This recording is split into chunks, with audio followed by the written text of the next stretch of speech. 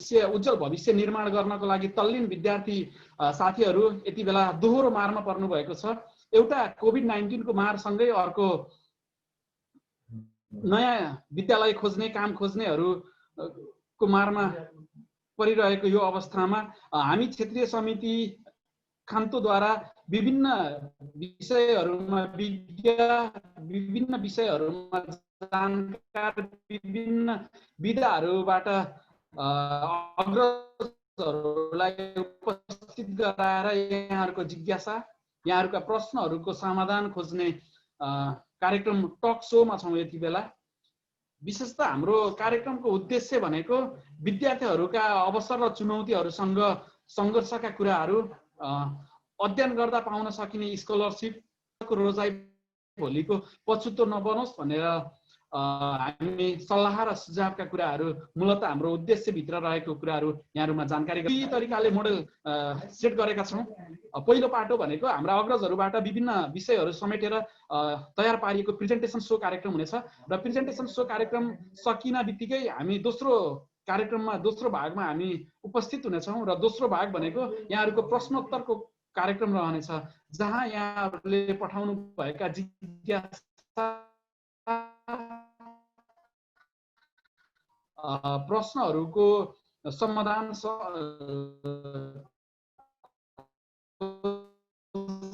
हाम्रो प्रयत्न जारी रहनेछ। सबैभन्दा धेरै सकेसम्म धेरै प्रश्नहरूको जिज्ञासाहरूको सल्युसन खोज्ने हाम्रो प्रयास जारी रहनेछ। लाइभ भएका ठाउँहरूमा कमेन्ट गरेर आफ्नो जिज्ञासा र आफ्ना प्रश्नहरू पठाउन सक्नुहुनेछ भने हाम्रो कार्यक्रमका पोस्टरमा जुम आइडी पनि उपलब्ध छ। त्यो जुम आइडी लगइन गरेपछि तपाईहरू प्रत्यक्ष रूपमा पनि जोडिएर हामीसँग प्रश्न राख्न सक्नुहुनेछ। यो जानकारी यहाँको लागि राख्दै बाँकी चल्ता हुन सक्छ आजका पाहुनाहरू आजका स्पिकरहरूको बारेमा यहाँलाई पनि म थोरै जानकारी गराउन चाहन्छु। आजको कार्यक्रममा हामी तीनवटा विविध विषयहरूलाई समेटेर कार्यक्रम तयार पारेका छौँ। तीनवटा फरक विधाहरूमध्ये एउटा विधा आइटी सेक्टर। विश्व यति बेला आइटीसँग सँगसँगै इन्फर्मेसन एन्ड टेक्नोलोजीसँग सँगसँगै दौडिरहेको यो दौरानमा जापानमा अध्ययनरत नेपाली विद्यार्थीहरूको पनि ठुलो बाहुल्यता ठुलो उपस्थिति रहेको कुरा यहाँहरू सबैमा सर्वविदित नै छ। त्यसैले आइटी पढ्दै गर्दा इन्फर्मेसन एन्ड टेक्नोलोजीका कुराहरू गर्दै गर्दा कसरी के चुनौतीका कुराहरू अवसरका कुराहरू पनि बिचमा आउने गर्दा आज ती तपाईँहरूका जिज्ञासा हलको लागि आज हामीसँग आइटी क्षेत्रमा लामो समय काम गरिरहनु भएका पढाइसँगै आइटी क्षेत्रमा काम गरिरहनु भएका विकास लम्सालजी हुनुहुन्छ हामीसँग। त्यसपछिबाट दोस्रो सेक्टर भनेको हाम्रो कन्स्ट्रक्सन सेक्टर छ। एउटा भनाइ पनि छ सिंगल वर्ड्स स्पिक एभ्रिथिङ भन्ने। मलाई त्यस्तै लाग्छ कन्स्ट्रक्सन एउटा सिंगल वर्ड्सले नै सबै कुरा बोलेको छ। विश्व कन्स्ट्रक्सनबाटै बनिरहेको विश्व यति बेला जापानमा पनि कन्स्ट्रक्सनको ठुलो स्कोप रहे पनि ठुलो प्लेटफर्म भए पनि नेपाली विद्यार्थी कन्स्ट्रक्सन क्षेत्र के र किन इन्फर्मेसनको कमी भयो या विद्यार्थीहरूको इन्ट्रेस्टको कमी भयो अथवा स्कोपको सबै कुराहरू विद्यार्थीहरूमा इन्फर्मेसन पुगेन कि भन्ने उद्देश्यका साथ आज यही विषयमा विगत लामो समयदेखि जापानमा रहनुभएका कन्स्ट्रक्सन क्षेत्रमा काम गरिरहनुभएका हरि पहाडीजी हुनुहुन्छ हाम्रो कन्स्ट्रक्सन क्षेत्रबाट भने हामी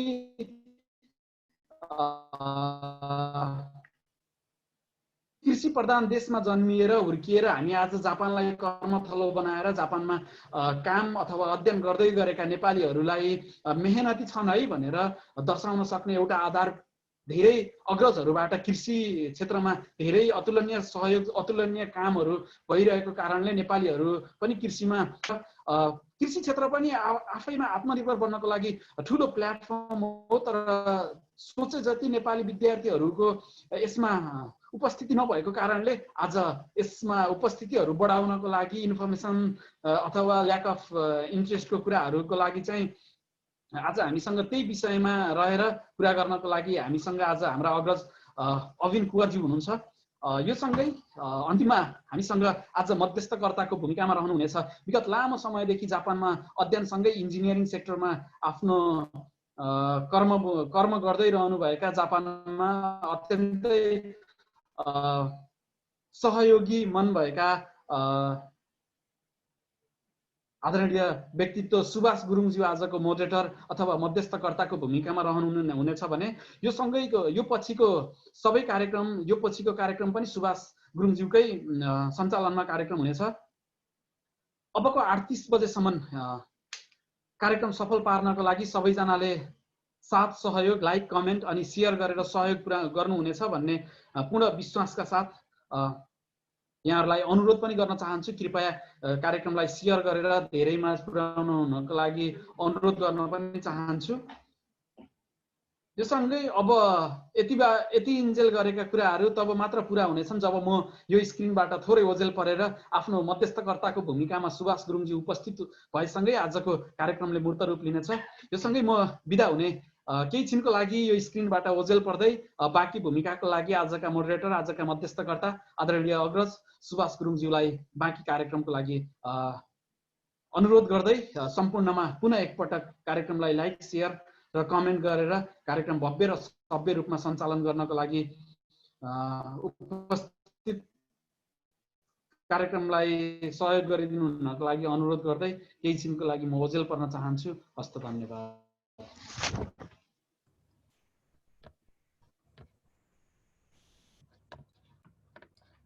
नेत्रजी धन्यवाद।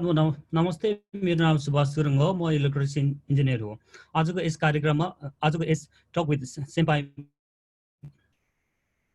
मलाई मोडरेटरको भूमिका निभाउने जिम्मेवार दिनुभएकोमा एनआरएन खान्तो टिमलाई धन्यवाद दिन चाहन्छु। अघि भर्खर आयोजकको तर्फबाट नेत्रजीले स्पिकरहरूको परिचय दिइसक्नु भएको छ। सर्वप्रथम म उहाँहरूलाई आफ्नो प्रेजेन्टेसन हेर्न चाहन्छु र त्यस पछाडि प्यानल डिस्कसनमा जानेछौँ र साथै प्यानल डिस्कसनबाट विद्यार्थीबाट अनलाइनबाट आएको प्रश्नहरूलाई हामी समावेश गर्नेछौँ। र म सर्वप्रथम हरिजीलाई आफ्नो प्रेजेन्टेसन गर्न म अनुरोध गर्दछु।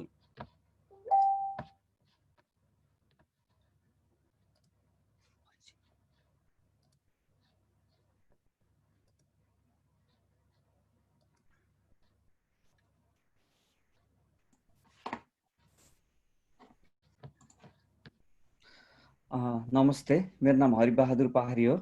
म छोटो परिचय दिएपछि आजको चाहिँ बोल्ने कुराहरू चाहिँ थोरै छोटो समयमा एक्सप्लेन गर्दै जानेछु।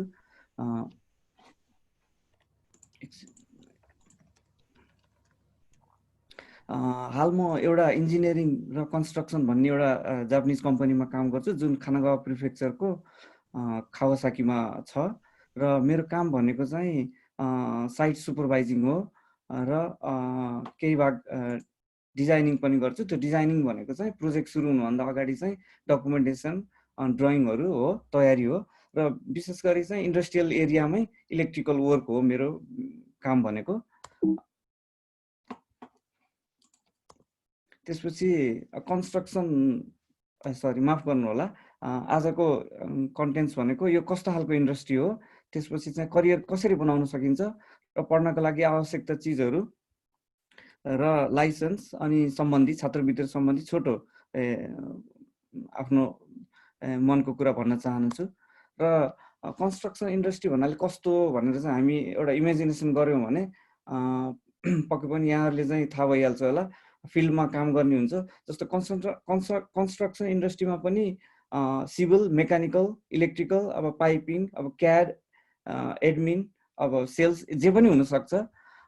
र यो माथि दुईटा चित्रहरू चाहिँ एउटा चाहिँ साइटतिर काम गरेको र अर्को चाहिँ अफिसतिर काम गरेको हो। यो दुईटै चाहिँ सुपरभाइजरहरूले काम गरिरहेको हुन्छ भने तलको दुईटा देब्रेपट्टिको दुईटा पिक्चरहरू चाहिँ फिल्डमा काम गरेको हो।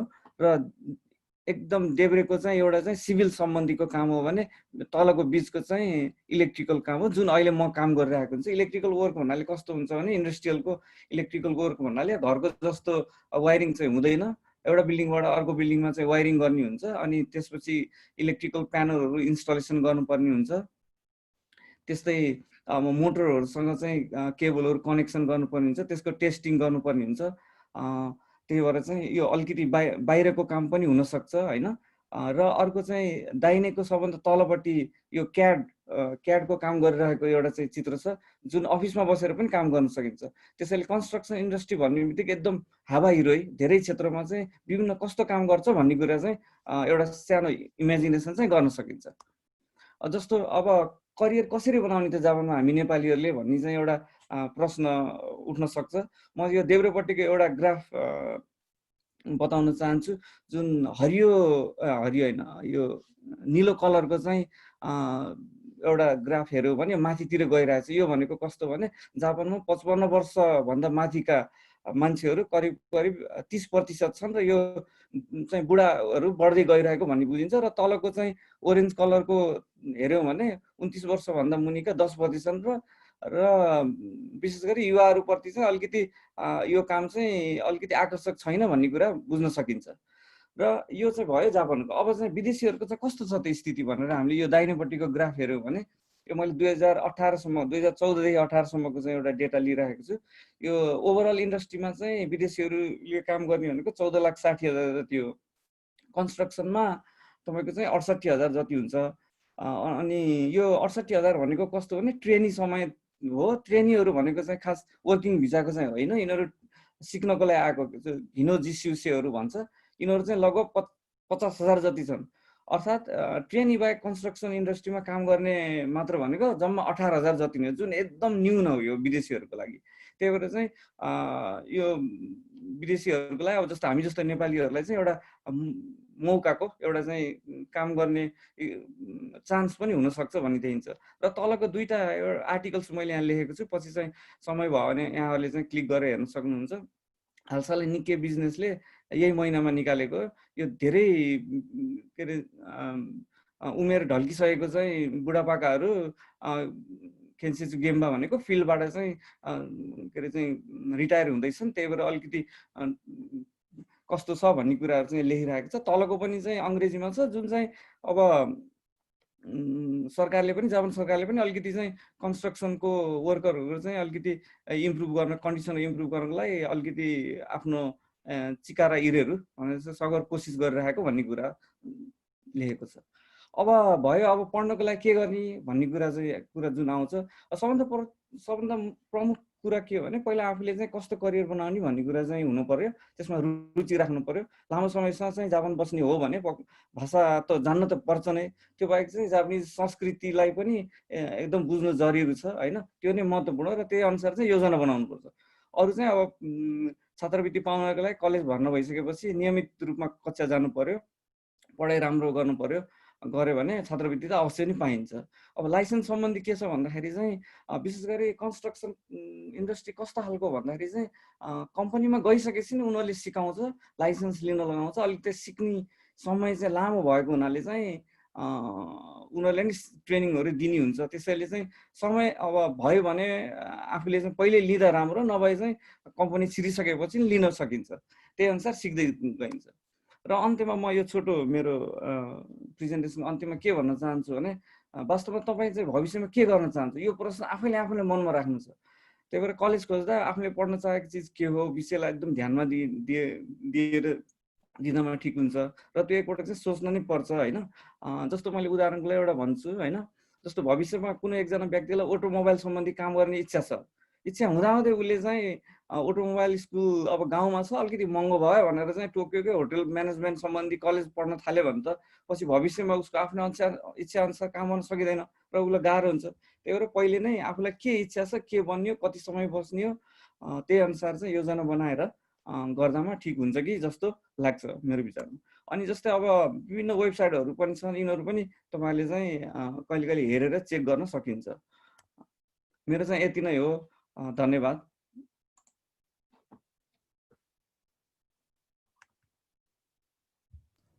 धन्यवाद हरिजी। र अब यसै क्रममा चाहिँ म आजको हाम्रो स्पिकर अरविन्द कुमारजीलाई चाहिँ प्रेजेन्टेसन दिनुहुन म अनुरोध गर्दछु।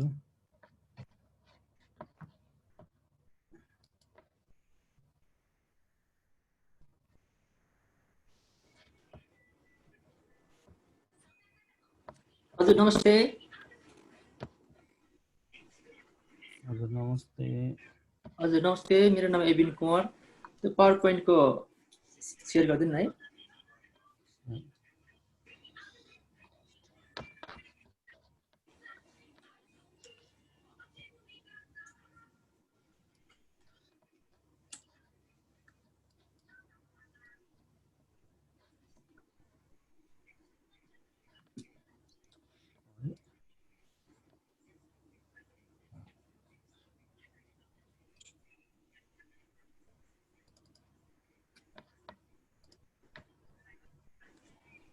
हजुर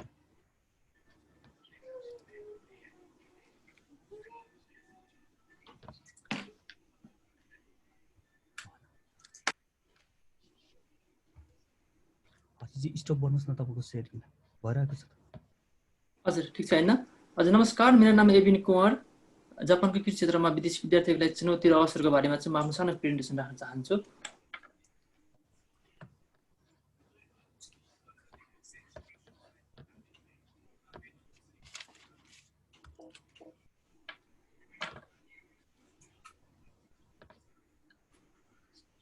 नेक्स्ट ओनेगाइसिमास। गरिसिदिएको छ। हस्, मेरो आजको विषयवस्तु चाहिँ आफ्नो जापानको अनुभव, पढाइ र कामको बारेमा, जापानमा कृषि किन पढ्ने र यसको नेपालमा महत्त्वको बारेमा, जापानमा कृषि विषय कहाँ पढ्ने, प्रोसेस, फी, छात्रवृत्ति, काम सेवा सुविधाको बारेमा र पढ्दा आउन सक्ने कठिनाइ र सामना गर्नुपर्ने चुनौती र अवसरको बारेमा र स्मार्ट कृषि के हो, अबको विषयमा किन आवश्यक छ भन्ने बारेमा सानो विषयवस्तुमा चाहिँ म आज फोकस गरेर बोल्नेछु।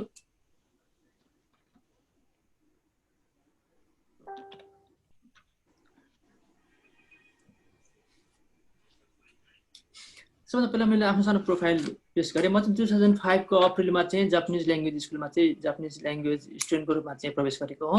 त्यसपछि 2 वर्ष ल्याङ्ग्वेज पढेँ। त्यसपछि चाहिँ टोकियो युनिभर्सिटी अफ एग्रिकल्चरमा चाहिँ ब्याचलर, मास्टर र पिएचडी त्यहीँबाट अध्ययन पुरा गरेँ।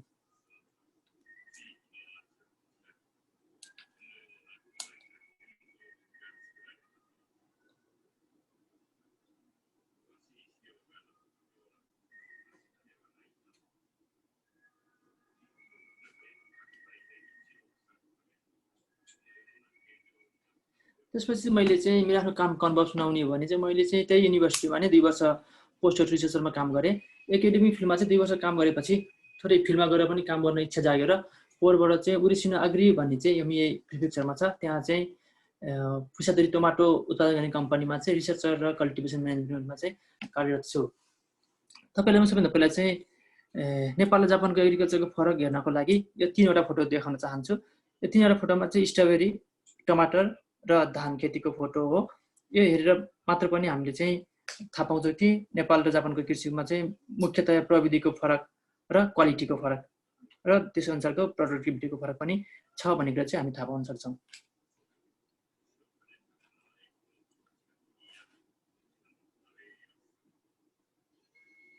हजुर, अहिले तपाईँहरू चाहिँ नयाँ स्टुडेन्टहरू चाहिँ के विषय पढ्ने भनेर 2000मा विद्यार्थी हुनुहुन्छ भने चाहिँ म तपाईँहरूलाई चाहिँ कृषि पढ्नको लागि चाहिँ विशेष उसिमेल गर्छु। किन भन्नु होला भने यो लेफ्टको डाटा हेर्नु होला।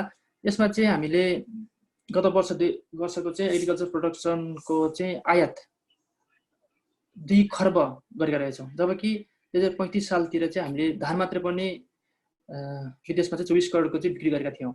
राइटपट्टिको डाटा हेर्नुभयो भने पनि हामीले चाहिँ नेपालको व्यापार सन्तुलनको अनब्यालेन्स देखाउँछ। त्यो चाहिँ प्रत्येक वर्ष चाहिँ बढ्दो रूपमा छ, प्रत्येक वर्ष चाहिँ माइनसमा छ भनेको चाहिँ ब्यालेन्स चाहिँ देखाउँछ। किन त्यस्तो भएको होला त? के नेपालमा चाहिँ अवसर सम्भावना छैन त? त्यो पनि होइन। त्यसको लागि चाहिँ तपाईँ यो डाटाहरू हेर्न सक्नुहुन्छ। जस्तै अब हाम्रो चाहिँ मेन भन्यो भने कृषि गर्नको लागि मेन कुरा हुनु पर्यो वरिपरि चाहिँ मार्केट। त्यसको लागि चाहिँ हाम्रो वरिपरि ठुलो मार्केट छ, जस्तै चाइना, इन्डिया होइन, बङ्गलादेश, पाकिस्तान ठुलो मार्केट छ। त्यसपछि कस्तो छ भने छिमेकी देशको चाहिँ जिडिपी चाहिँ प्रत्येक वर्ष बढ्दो छ। अन्त अहिले कोरोनाले गर्दा के असर गर्ला होइन, तपाईँ हेर्ने हो भने इन्डिया र चाइनाको चाहिँ प्रत्येक वर्ष चाहिँ जिडिपी उच्च रूपमा चाहिँ बढ्दो छ।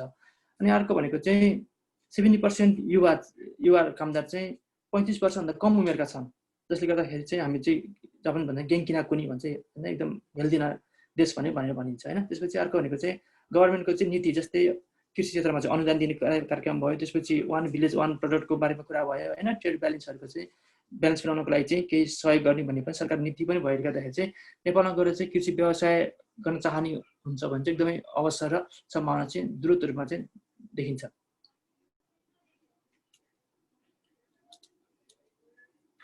हजुर, तपाईँहरू चाहिँ एकदम शिक्षाको जापानमा हुनुहुन्छ र एग्रिकल्चर पढ्न चाहिँ रुचि राख्नुहुन्छ भने तपाईँहरूले चाहिँ निहोन्गो गएको भएपछि तपाईँले पढ्न सक्नुहुने भनेको चाहिँ एउटा भनेको चाहिँ एग्रिकल्चर सेनमा गएको, अर्को भनेको चाहिँ दाइगाको, अर्को भनेको तान्दाई भन्ने 2 वर्षको कोर्स हुन्छ, त्यो पढ्न सक्नुहुन्छ। त्यो पढाइसकिसकेपछि मास्टर अझ मैले स्पेसली नेपाली स्टुडेन्टहरूलाई चाहिँ मास्टर र पिएचडीसम्म गर्नको लागि विशेष अनुरोध गर्न चाहन्छु।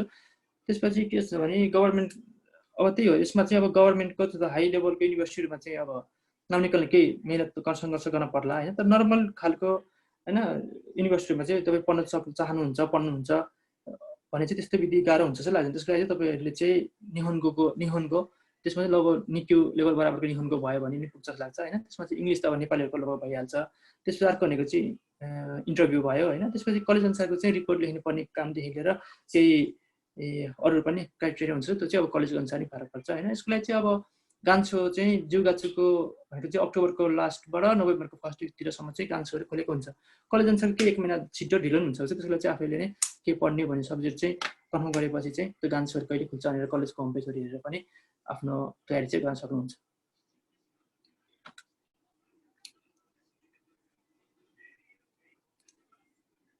हजुर, त्यही हो, कलेज छिरिसकेपछि के हुन्छ भन्दाखेरि पढ्दा आउन सक्ने समस्या र कठिनाइहरू चाहिँ हेर्नु पऱ्यो भने मुख्य समस्या भनेको भाषाको समस्या हुन्छ होइन। त्यसको लागि चाहिँ सुरुको वर्षहरूमा चाहिँ अब जापानिज भाषा कक्षाहरूमा पनि अलिक बढी भाग लिने होइन। त्यसपछि जापानिज साथीहरू पनि बनाउनु भयो भने आफ्नो भाषा चाहिँ केही इम्प्रुभ हुँदै जान सक्छ। अनि अर्को भनेको चाहिँ कलेजको इन्भाइरोमेन्ट चाहिँ अब हामी निहुन्गाकोबाट एक्कासी कलेज जाँदाखेरि चाहिँ अब जबै जापानिजहरू स्टुडेन्टहरू बढी हुन्छ नि, त्यो इन्भाइरोमेन्टमा घुल्मिनु हुन केही टाइम लाग्छ। त्यसलाई चाहिँ हामीले चाहिँ धेरैभन्दा धेरै साथी बनाउने, कलेजमा भएको विभिन्न इभेन्टहरूमा चाहिँ भाग लिने गऱ्यो भने कलेजको वातावरणमा घुल्मिनु हुनको लागि चाहिँ सजिलो हुन्छ। त्यसपछि अर्को भनेको चाहिँ पाठ्यक्रमको चयन हो। यसको लागि चाहिँ हामीले आफ्नै साथीहरू भयो होइन, सिनियरहरू भयो, त्यसपछि प्राध्यापक प्रोफेसरहरूसँग पनि सल्लाह गरेर आफूलाई मन परेको सब्जेक्टहरू चाहिँ चयन गर्न सकिन्छ।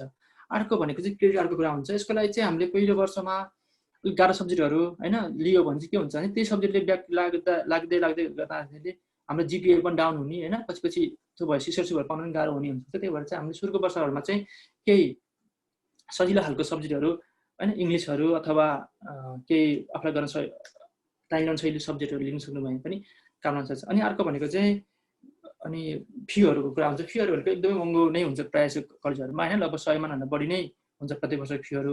त्यसरी बाहिर आर्बित गर्न परिहाल्यो। कस्तो हुन्छ भने आर्बित पनि हामीले कलेजभित्र नै पाउने आर्बितहरू जस्तै अब सरसफाइको कामहरू भयो होइन, त्यसपछि लाइब्रेरीमा कामहरू भयो, त्यसपछि टिचिङ एसिस्टेन्ट भन्ने हुन्छ। अनि कलेजभित्र नै ल्याबमा गर्ने कामहरू गर्नुभयो भने चाहिँ हाम्रो प्रत्येक पर आवरको जिक्यू पनि अफ हुन्छ, धेरै हुन्छ।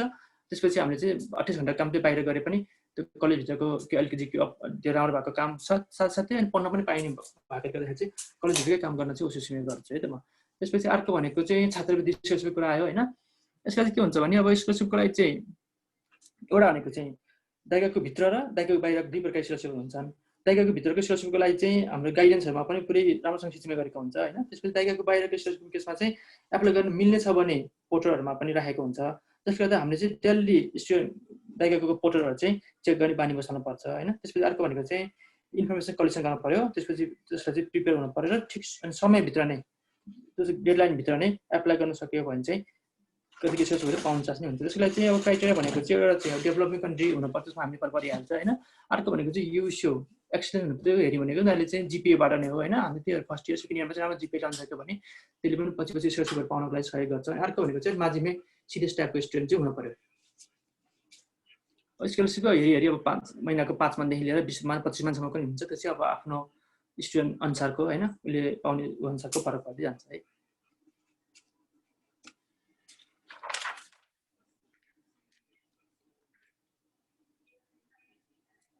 त्यसपछि आउँछ हाम्रो जब हन्टिङ होइन। मेन सबैजना समस्या भनेको अब जे भने जब हन्टिङको कुरा आउँछ।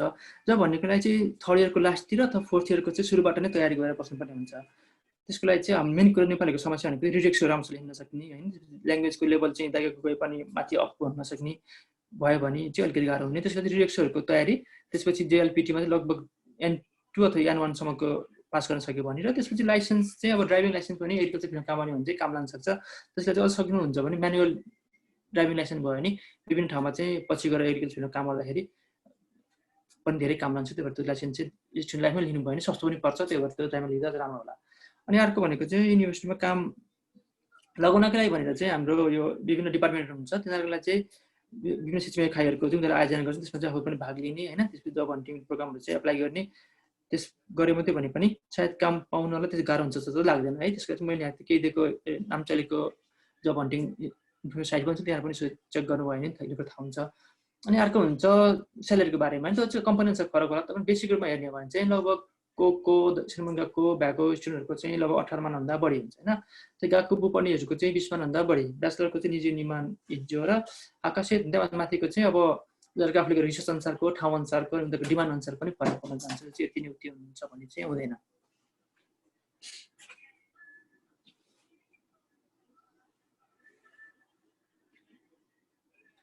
अब आयो तपाईँहरू चाहिँ एग्रिकल्चर फिल्डमा नै काम गर्न चाहनुहुन्छ भने चाहिँ म तपाईँहरूलाई चाहिँ स्मार्ट एग्रिकल्चर अलिकति चलेको चाहिँ छान्न अनुरोध गर्दछु। स्मार्ट एग्रिकल्चर भनेको चाहिँ AI, IoT, robot, drone, smart glass जस्ता प्रविधिहरूको प्रयोग गरेर चाहिँ श्रमको बचत गरी उच्च गुणस्तरको उत्पादन गर्ने कृषि भन्ने बुझिन्छ होइन। अहिलेसम्म चाहिँ अहिलेसम्म चाहिँ हामीले के थियो भने एग्रिकल्चर 3D भनेको चाहिँ डेन्जरस, डटी र डिफिकल्ट काम भनेर भनिन्थ्यो होइन। अब चाहिँ बिस्तारै चेन्ज भएर चाहिँ 3 के अरे यो भनेको जर्नी भाषामा भन्दाखेरि चाहिँ कोरिचियोको, त्यसपछि खाक्कोयोको र खासिगेरुरेमा चाहिँ चेन्ज हुँदै गएको छ है।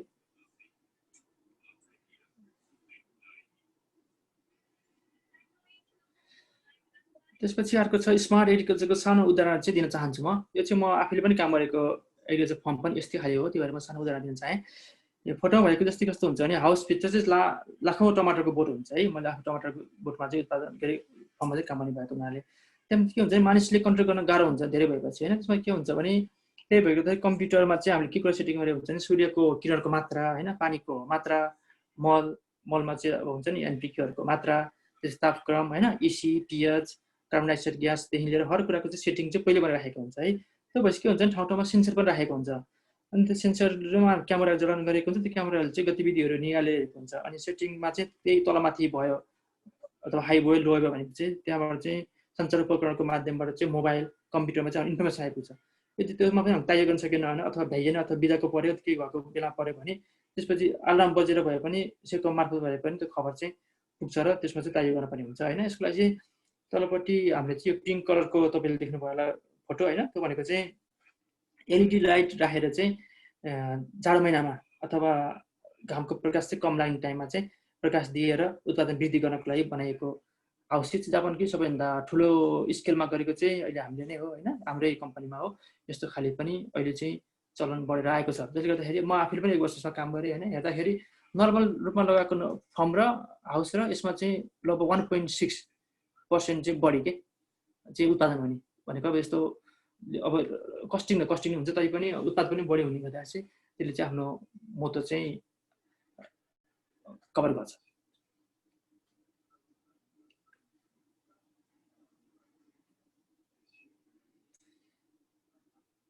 हजुर, अब यस्तै हो। कस्तो छ भने प्रविधिको भनेको चाहिँ केही अति महँगो पर्छ होइन, केही चिज साह्रै सस्तो फ्रीमा नै पाइन्छ। यी जस्तो प्रविधिहरूको चाहिँ ज्ञान हासिल गरी नेपालमा चाहिँ लान पाइयो भने हामी नेपालमा चाहिँ मेन समस्या भनेको त्यो मेसिनरी औजारको कम प्रयोग होइन, कम उत्पादकत्व, अपर्याप्त पूर्वाधार होइन, युवा कामदारहरूको विदेश पलायन, प्रविधि विज्ञहरूको कमी, यस्तो खाले समस्या चाहिँ हामीले चाहिँ समाधान गरी नेपालको एग्रिकल्चर विकासमा चाहिँ केही योगदान दिन पुर्याइन्छ कि जस्तो चाहिँ मलाई लाग्दछ होइन।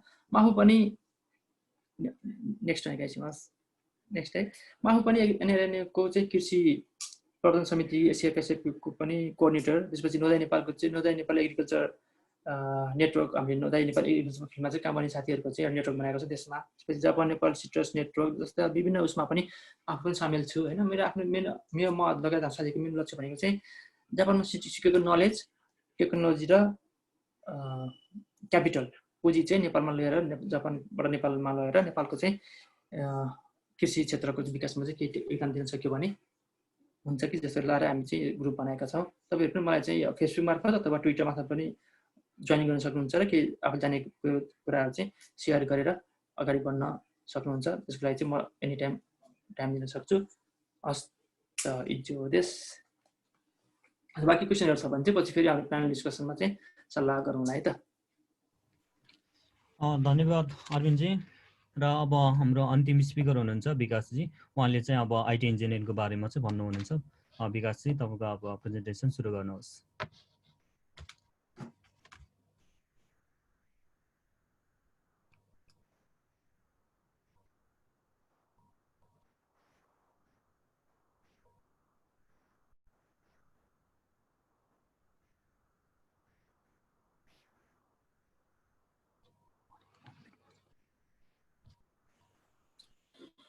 हेलो नमस्कार, मेरो आवाज आइरहेको छ?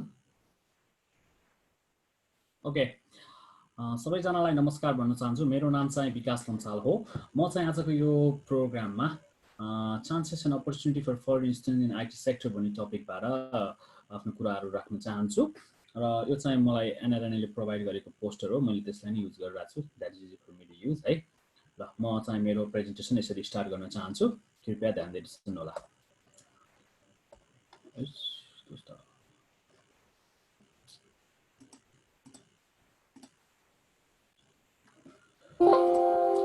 यो चाहिँ मेरो ब्रिफ इन्ट्रोडक्सन हो। मैले अब मेरो नाम भनिहालेँ, विकास लम्साल। म जापान आएको 2010 जनवरीमा हो। त्यति बेला मेरो जापानिज ल्याङ्ग्वेज एबिलिटी 0 थियो र 10 वर्षको अन्तरालमा मैले N1 सम्मको जापानिज ल्याङ्ग्वेज लेभल बनाएर ल्याएको छु।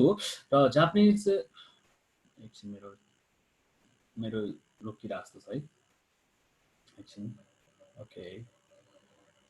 ओके, अलिकति तपाईँको नेट अलिक स्लो भएको हुनाले मेरो आवाजसँग म्याच नभएको हुनसक्छ। म त्यही भएर फेरि भन्छु। अहिले चाहिँ म चाहिँ मेरो ब्रिफ इन्ट्रोडक्सनबाट जान्छु। मेरो नाम विकास लम्साल, म जापान 2010 मा आएको र म जापानिज ल्याङ्ग्वेज स्कुल सकिएपछि रिसर्च मास्टर्स एन्ड पिएचडी चाहिँ आस्कागा इन्स्टिच्युट अफ टेक्नोलोजीबाट कम्प्लिट गरेर हाल चाहिँ म खाजिमा कर्पोरेसन टेक्निकल रिसर्च, खाजिमा कर्पोरेसन भनेको जापानको एउटा one of the leading construction company हो। खाजिमा केन्सेचु भन्छ जापानिजमा। त्यसको चाहिँ रिसर्च इन्स्टिच्युटमा म चाहिँ तपाईँको आइटी रिलेटेड सेक्टरमा रिसर्चहरू गर्दैछु।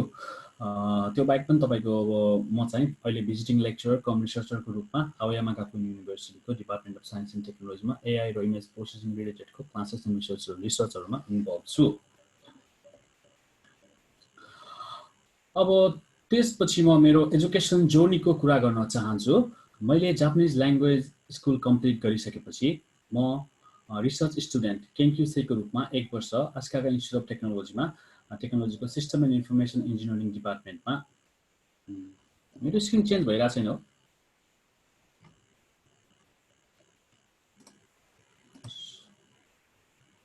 ओके, त्यसपछि मैले अब रिसर्च भ्याएपछि मास्टर लेभल 2 इयर र पिएचडी 3 इयर्स मेरो चाहिँ तपाईँको रिसर्चको फिल्ड चाहिँ फेस डिटेक्सन टेक्नोलोजी हो।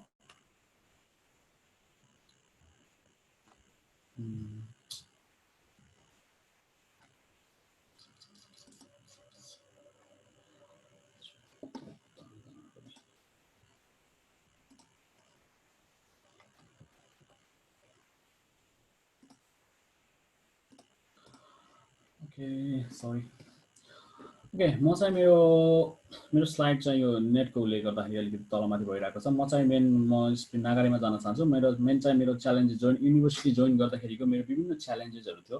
त्यो च्यालेन्जेसहरूको बारेमा म कुरा गर्न चाहन्छु। अहिले चाहिँ जब एन्टिङको पेज चाहिँ आइरहेको छ होला लाइभमा, तर म त्योभन्दा त्यहाँसम्म पुगिसकेको छैन।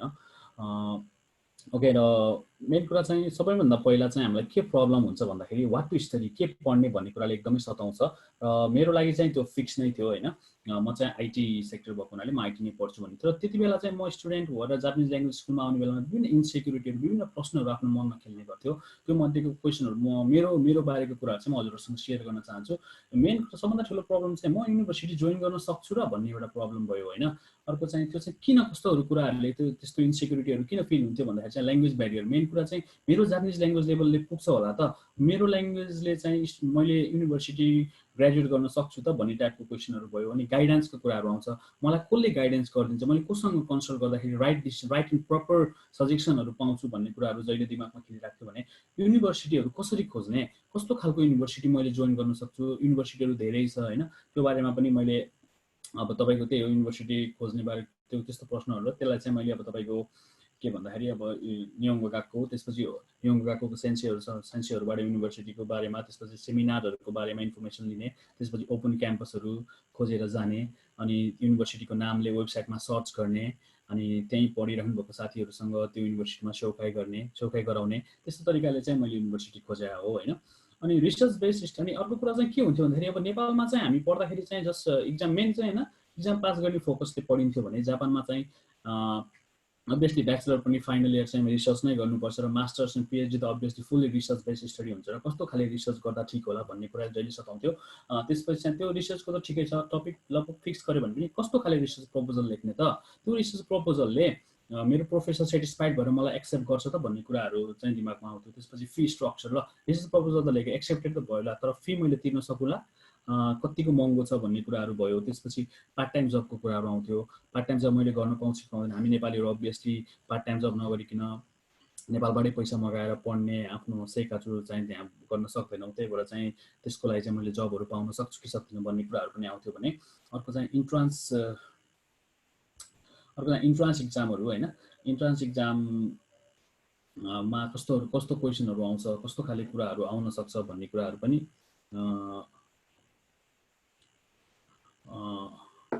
आउँथ्यो है त। त्यो बारेको पनि त्यस्तो प्रश्नहरू पनि मनमा खेलिरहेको थियो है। ओके, नेक्स्टमा जाउँ। त्यसपछि चाहिँ म कुरा गर्न चाहन्छु अब स्कलरसिपहरू पाउँछ कि पाउँदैन भन्ने कुराहरू पनि आउँथ्यो। भने त्यसबाहेक चाहिँ म चाहिँ मेरो स्कलरसिपको बारेमा थोरै कुराहरू गर्न चाहन्छु। मास्टर्स लेभल पढ्दाखेरि चाहिँ मैले पाएको स्कलरसिपहरू को बारेमा कुरा गर्छु। म मास्टर्स पढ्दाखेरि फर्स्ट इयर चाहिँ मैले एकचोटि मात्रै 10 मानको आशिका ब्याङ्कको स्कलरसिप पाएको थिएँ भने सेकेन्ड इयरमा चाहिँ रोटरी एनयुएमआई स्कलरसिप, त्यो चाहिँ हरेक महिना 14 मान दिन्थ्यो, त्यो चाहिँ मैले 1 वर्ष पाएको थिएँ।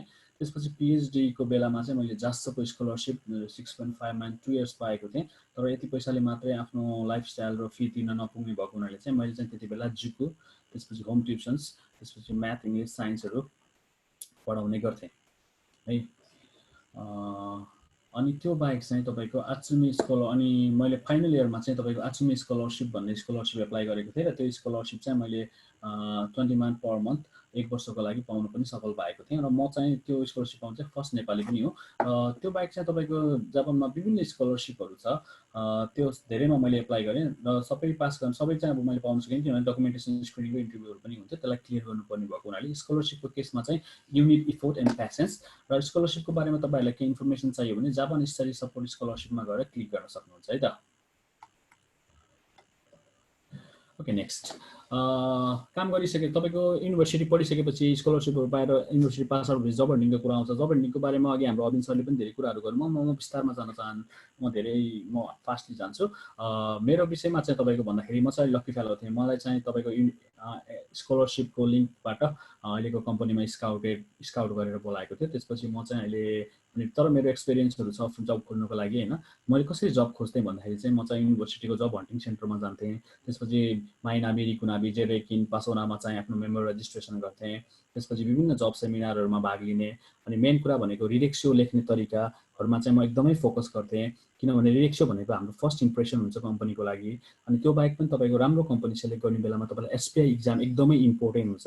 एसपिआई इक्जाम तपाईँको जिआरडी जिम्याट जस्तै विभिन्न जापानिजमा तपाईँको साइन्स म्याथ इङ्ग्लिसको क्वेसन्सहरू आउँछ, त्यो क्वेसन्सहरूलाई सल्भ गर्नुपर्ने हुन्छ। अनि तपाईँको इन्टरभ्यू हुन्छ, इन्टरभ्यू पनि प्र्याक्टिस नगरिकन हावातालमा गएर हुँदैन।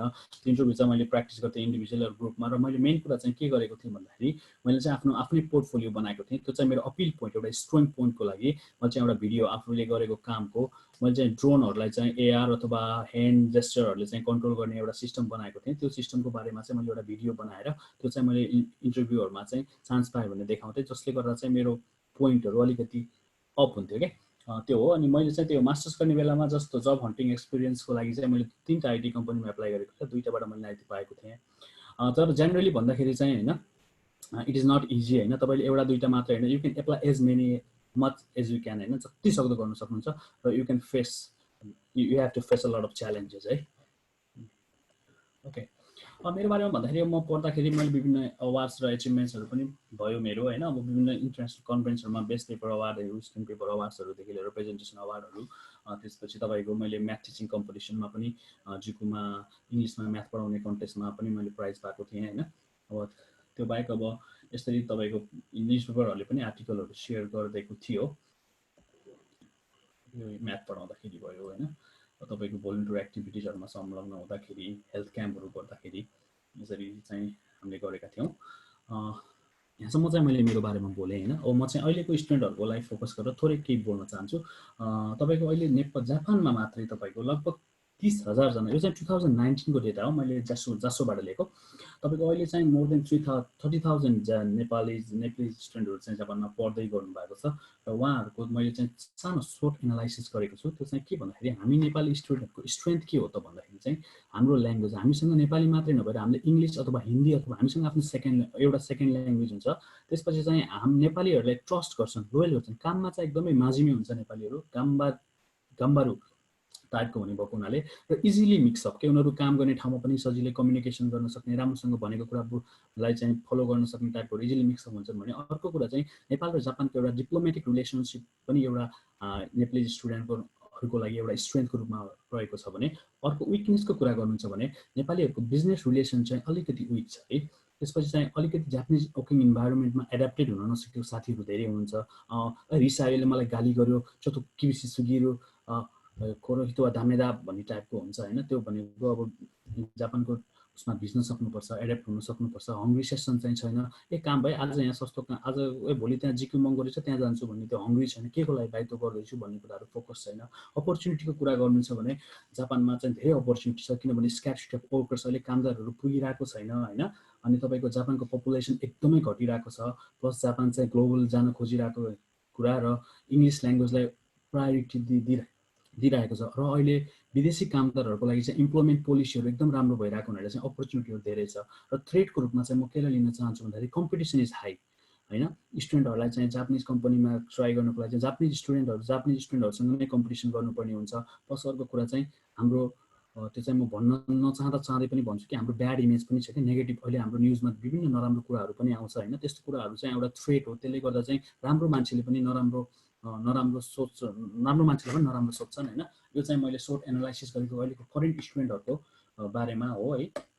अनि पार्ट टाइम जबको बारेमा म भन्दाखेरि के भन्छु भन्दाखेरि म चाहिँ पार्ट टाइम जब चाहिँ गर्नुपर्छ, नगरिकन हामीलाई पुग्दैन। तर पार्ट टाइम जबलाई चाहिँ जहिले पनि लङ टर्म भिजनको रूपमा हेर्नुपर्छ। एउटा इफेक्टिभ पार्ट टाइम जब सेलेक्ट गर्नुहोस्, हाइली पेड जब भन्दा पनि केही सिक्न सकिने जबमा काम गर्नुहोस्। आराइबा जुत्तो यारु नवा खान्तान नान्दाकेदो सजिलो त हुन्छ, तर तपाईले केही पनि सिक्नु हुँदैन। सकेसम्म हलमा जाने ट्राई गर्नुहोस्, त्यहाँ तपाईले विभिन्न मान्छेहरूसँग कुरा गर्न सक्नुहुन्छ। जस्ट सबै ठाउँमा सिकेको काम हरेक ठाउँमा काम लाग्छ हैन।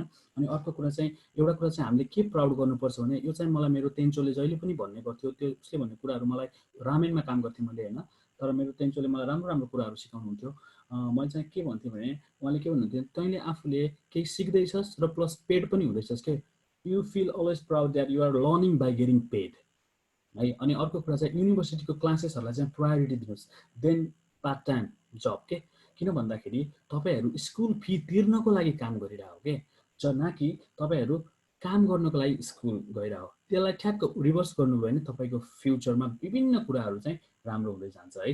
मैले चाहिँ एरासोनी भने होला, तर होइन, द्याट्स माई एक्सपिरियन्स है। अनि अर्को कुरा चाहिँ पार्ट टाइम जबलाई चाहिँ कहिले पनि आफ्नो पार्ट टाइम जबलाई जहिले पनि ओए मात्रै बनाउनुहोस्। यो के को लागि बाटो हो भन्दाखेरि तपाईँको फुल टाइम जब अथवा तपाईँको ड्रिम जबमासम्म तपाईँलाई पुर्याउने एउटा बाटो मात्रै हो। यसलाई कहिले पनि आफ्नो डेस्टिनेसन नबनाउनुहोस् भन्छ है। म पार्ट टाइम जबको बारेमा मैले अलिकति बोलेँ। र अहिले चाहिँ म रिसेन्टली अलिकति थोरै आइटीको कुराहरू गर्न चाहन्छु। अहिले कस्तो खाले अब आइटीमा इन्ट्रेस्ट भएको साथीहरूलाई चाहिँ अब आइटी चुज गर्दाखेरि कस्तो विषयहरू पढ्ने, कस्तो के अरे टेक्नोलोजीको बारेमा बुझिराख्ने भन्दाखेरि चाहिँ तपाईँको कम्प्युटर भिजनहरू अहिलेको लेटेस्ट एडभान्स टेक्नोलोजीमा गरिन्छ, एआर बिआर एमआर होइन, artificial intelligence, image processing, drone control होइन। अहिले पनि एबिएनजीकोमा पनि थियो होइन। अफकोर्स हाम्रो कन्स्ट्रक्सनमा पनि हुन्छ, म कन्स्ट्रक्सन कम्पनीमा काम गर्छु, तर पनि कन्स्ट्रक्सन कम्पनीमा यी एकदमै धेरै हाम्रो चाहिँ आइटी रिलेटेड प्रोग्रामहरू, आइटी रिलेटेड चिजहरू हामीले काम गर्छौँ। लोकलाइजेसन एन्ड म्यापिङ भयो, इन्टरनेट अफ थिङ्स भयो, e commerce, networking, 5G, cloud service, blah blah blah, एकदम धेरै छ होइन। त्यो मैले भनेर सक्दिनँ। त्यही भएर यो विषयमा केही गर्न सकिन्छ। यिनीहरूलाई फोकस गरेर अहिले हामीले ब्याचलरको रिसर्च अथवा मास्टर्सको रिसर्च गऱ्यो भने चाहिँ हामीलाई फ्युचरमा हामीले चाहिँ धेरै ठाउँमा काम जब अपर्च्युनिटिजहरू हुन्छ अल अराउन्ड द वर्ल्ड के, नट ओन्ली इन जापान है। अनि अब आइटीको जब अपर्च्युनिटिज भन्दाखेरि चाहिँ तपाईँको विभिन्न हुन्छ होइन। यो त जस्ट एउटा पोस्टरमा विभिन्न सिम्पल कुराहरू आइटी इन्जिनियर रिलेटेड कुराहरू लेखेको छ, तर तपाईँको मेन कुरा यसलाई म कसरी क्लासिफाई गर्छु भने आइटी भनेको अहिले हाई निड हो, त्यसपछि हाई चान्सेस छ, त्यसपछि हाइली पेड जब हो, अनि त्यसपछि you can work in any sectors के, जुनसुकै सेक्टरमा कुरा गर्नुहोस् आइटी इज निडेड। कुनै पनि ठाउँ छैन होला जहाँ कम्प्युटर युज हुँदैन के। तपाईँ 7-11मा जब गर्नुहुन्छ त्यहाँ पनि कम्प्युटरमा सबै सिस्टमले काम गरिरहेको छ कि, that is all information technology है। अब स्टुडेन्टहरूलाई म अर्को कुरा के भन्न चाहन्छु भन्दाखेरि पढ्दाखेरि जहिले पनि सिकाएकोहरू सर्टिफिकेटहरू लिनुहोस्। अब जिएलपिटी इक्जामलाई सकेसम्म फोकस गर्नुहोस्, मिनिमम यान 2 लेभल पास गर्नुहोस्, सकेसम्म यान 1लाई च्यालेन्ज गर्नुहोस्, रिउगाको स्किनहरू दिनुहोस् होइन। अनि टोइकलाई पनि 900 फोकस गर्नुहोस्, तर मिनिमम 700 चाहिँ ल्याउने प्र्याक्टिस गर्नुहोस्। अनि ड्राइभिङ लाइसेन्स अघि नै एबिनजीले नि भन्नुभयो, ड्राइभिङ लाइसेन्सहरू लिनुहोस्, किनभने कम्पनीहरूले ड्राइभिङ लाइसेन्सलाई पनि आफ्नो प्राथमिकताको रूपमा राखेको हुन्छ। अनि अफिसको सिम्पल कम्प्युटर चलाउन सिक्नुहोस्, जापानिज ल्याङ्ग्वेजमै सिक्नुहोस्, माइक्रोसफ्ट अफिसको प्याकेजहरू। त्यसपछि सेकेन्ड ल्याङ्ग्वेजलाई प्रायोरिटी दिनुहोस्। तपाईँलाई हिन्दी, स्पेनिस अथवा इङ्ग्लिस जे भए पनि राम्रोसँग आउँछ भने तपाईँको त्यो एकदमै प्रायोरिटीको पार्टमा पर्छ। अनि त्यो बाहेक पनि तपाईँको सेक्टर अनुसार अकाउन्टिङ भयो, आइटी भयो, मेकानिकल भयो, आफ्नो आफ्नो टाइपको तपाईँको सिकाएको स्किम हुन्छ, सर्टिफिकेटहरू हुन्छ, तिनीहरूलाई च्यालेन्ज गर्नु सजिलो त हुँदैन, तर च्यालेन्ज गर्दैमा केही पनि बिग्रिँदैन है। अनि कस्तो खाले युनिभर्सिटीको बेलामा कस्तो खाले एक्टिभिटीमा इन्गेज हुने स्टुडेन्टहरू भन्दाखेरि इन्टर्नसिप गर्ने, भोलिन्टियर एक्टिभिटिजहरू विथ नन नेपालीसँग भोलिन्टियर एक्टिभिटिज गर्ने, होमस्टेहरू जाने, युनिभर्सिटीको सर्कल र क्लबहरूमा भाग लिने, कस्तो खाले खाँचुदो गर्छ, जापानिज स्टुडेन्टहरूसँग कोलाबोरेट गर्ने, त्यसपछि विभिन्न कम्पिटिसनहरू, स्पिच कन्टेस्ट भयो, प्रोग्रामिङ कन्टेस्टहरूमा भाग लिने। अनि गाकुएन्साई हरेक युनिभर्सिटीको आफ्नो गाकुएन्साई बुङ्कासाई हुन्छ, त्यसमा भाग लिने, विभिन्न मान्छेहरूसँग आफ्नो कुराहरू सेयर गर्ने, आफ्नो बुङ्का सेयर गर्ने कुरा गर्ने। तर म चाहिँ आरुबाई त बाक्कारी वा दामी भन्छु। आरुबाई त छ, त्यसैले म बुङ्कासाईमा भाग लिन्न भन्ने साथीहरू धेरै हुनुहुन्छ होइन। सोरिवा जेत्ताई दामे हो एरासोनी तेनाई के भने। त्यसपछि चाहिँ तपाईँको युनिभर्सिटिजको कुरा गर्दा म अघि पनि मैले भनिसकेँ, पढ्दै हुनुहुन्छ, युनिभर्सिटीमा हुनुहुन्छ, तर तपाईँले यो कुरालाई बिर्सिनु भएको त छैन। रिसर्च गर्नु भएको छ, रिसर्चको बारेमा कहिले सोच्नु भएको छ? सजिलै पास आउट त भइँदैन। सेम्पाईहरूसँग कहिले कुरा गर्नुहुन्छ? ओपन क्याम्पस इभेन्टमा भाग लिनुहुन्छ? पढ्ने बेलामा मात्रै होइन, युनिभर्सिटीमा इन्भल्भ हुँदा पनि युनिभर्सिटीको ओपन क्याम्पसको इभेन्टमा भाग लिनुपर्छ। त्यसपछि मेनी कोर्सेस, इङ्ग्लिसमा धेरै कोर्सेसहरू हुन्छ, त्यो कोर्सेसबाट तपाईँले नबुझेको कुराहरूलाई फुलफिल गर्न सक्नुहुन्छ। त्यो कोर्सेसहरूमा फोकस गर्नु भएको छ कि छैन? फी पेमेन्टको प्रोसेसमा राम्रोसँग युनिभर्सिटीसँग सौदान गर्नु भएको छ कि छैन? आज यो महिना फी तिर्न सकेन भने कसरी तिर्ने भन्ने कुराहरू हुन्छ, त्यो बारेमा नि राम्रोसँग बुझ्नुहोस्। त्यसपछि डेडलाइनलाई कतिको इम्पोर्टेन्स दिनुहुन्छ? सेन्सेले भोलिसम्म रिपोर्ट बुझा भनेछ भने पर्सि बुझाउन जानु होला, तपाईँको पोइन्ट माइनस हुन्छ। डेडलाइनलाई फोकस गर्नुहोस्, फुलफिल द क्राइटेरिया जे छ त्यो सबै फुलफिल गर्नुहोस्। यहाँ यति गरे हुन्छ, अब रेडेक्सो लेख्दा पनि यहाँ बिग्रियो छ्याच काट्यो भने हुन्छ भने त्यो भनेको त्यस्तो कुराहरूलाई चाहिँ के अरे दाकियो दामे भन्छ जापानिजमा होइन, दाकियो वा सिनाइदिएको छ दाकियो भने। जस्तै आफ्नो ब्याकग्राउन्ड के हो त्यसलाई फोकस गर्नुहोस्, बढी नबोल्नुहोस्, जे जानेछ त्यति भन्नुहोस्, किनभने झुट बोल्यो अथवा केही भन्यो भने जहिले पनि समातिन्छ होइन। झुट नेभर एक्जिस्ट भन्छु कि म। त्यसपछि चाहिँ अब त्यही हो, धेरै बोले होला होइन। फाइनली क्लोजिङ मातोमेमा चाहिँ find your interest and work on it, be hungry session राख्नुहोस्, जापानमा केही सिक्नुहोस् होइन, एन्ड ह्याभ प्यासन होइन। म पनि तपाईँहरू जस्तै 0 लेभलबाट आएको होइन, अझ टाइम थोरै भयो, नत्र मैले अझै आफ्नो एक्सपिरियन्सहरू सेयर गर्थेँ होला। र यहाँसम्म चाहिँ मैले मेरो च्यालेन्जेस अनि त्यसपछि मेरो आफ्नो बारेमा मात्रै कुरा गरेँ। र अब योभन्दा अगाडि चाहिँ म चाहिँ आफ्नो तपाईँहरूको है च्यालेन्जेस र तपाईँहरूको किन प्रब्लम छ र मैले सल्भ गर्न सक्छु भने सबै मैले सल्भ गर्न पनि सक्दिनँ होइन। तर त्यसमा प्यानल डिस्कसनमा कुनै क्वेसन्सहरू आयो भने चाहिँ I am very much eager to help you people. Thank you for taking your time है। अहिले चाहिँ म यति भन्दै मेरो प्रेजेन्टेसन चाहिँ यहीँ टुङ्ग्याउन चाहन्छु। अलिकति लामो भयो, बिचमा प्रब्लमहरू आयो होइन। Okay, thank you.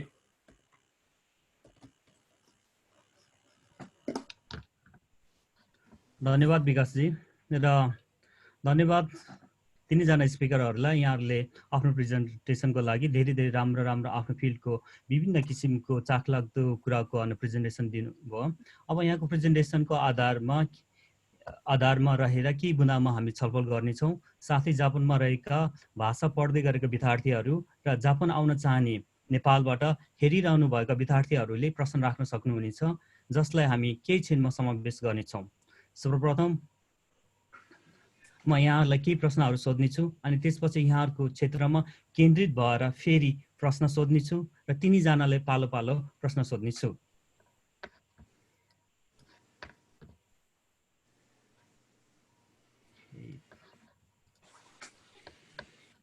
र म चाहिँ पहिलो प्रश्न चाहिँ कन्स्ट्रक्सनको हरिजीलाई म सोध्न चाहन्छु। हरिजी तयार हुनुहुन्छ? हस् हजुर, तयार छु, भन्नुहोस्। जुन तपाईँको अहिले मैले प्रेजेन्टेसन हेरेँ त्यसमा चाहिँ तपाईँ चाहिँ आफ्नो इन्जिनियरिङ फिल्डबाट भए तापनि कन्स्ट्रक्सन फिल्ड रोक्नुको कारण बताइदिनुहोस्। र भनिन्छ नि के अरे सोसिएको गर्ने बेलामा गाहकका मिलेन भने जापानमा चाहिँ स्टुडेन्टहरूले चाहिँ भिजाको प्रब्लम हुन्छ, समस्या हुन्छ। के तपाईँलाई यो समस्या भएन? हजुर, यसमा दुईटा प्रश्न छ। पहिला म सुरुको प्रश्नको उत्तर दिन्छु हैन। हजुर यसमा रोज्नको कारण चाहिँ खास के हो भने कन्स्ट्रक्सन त एउटा इन्डस्ट्री मात्रै हो हैन। हजुर मैले चाहिँ यो इन्डस्ट्री रोजेको कारण चाहिँ मेरो रुचि भएको हुनाले हो।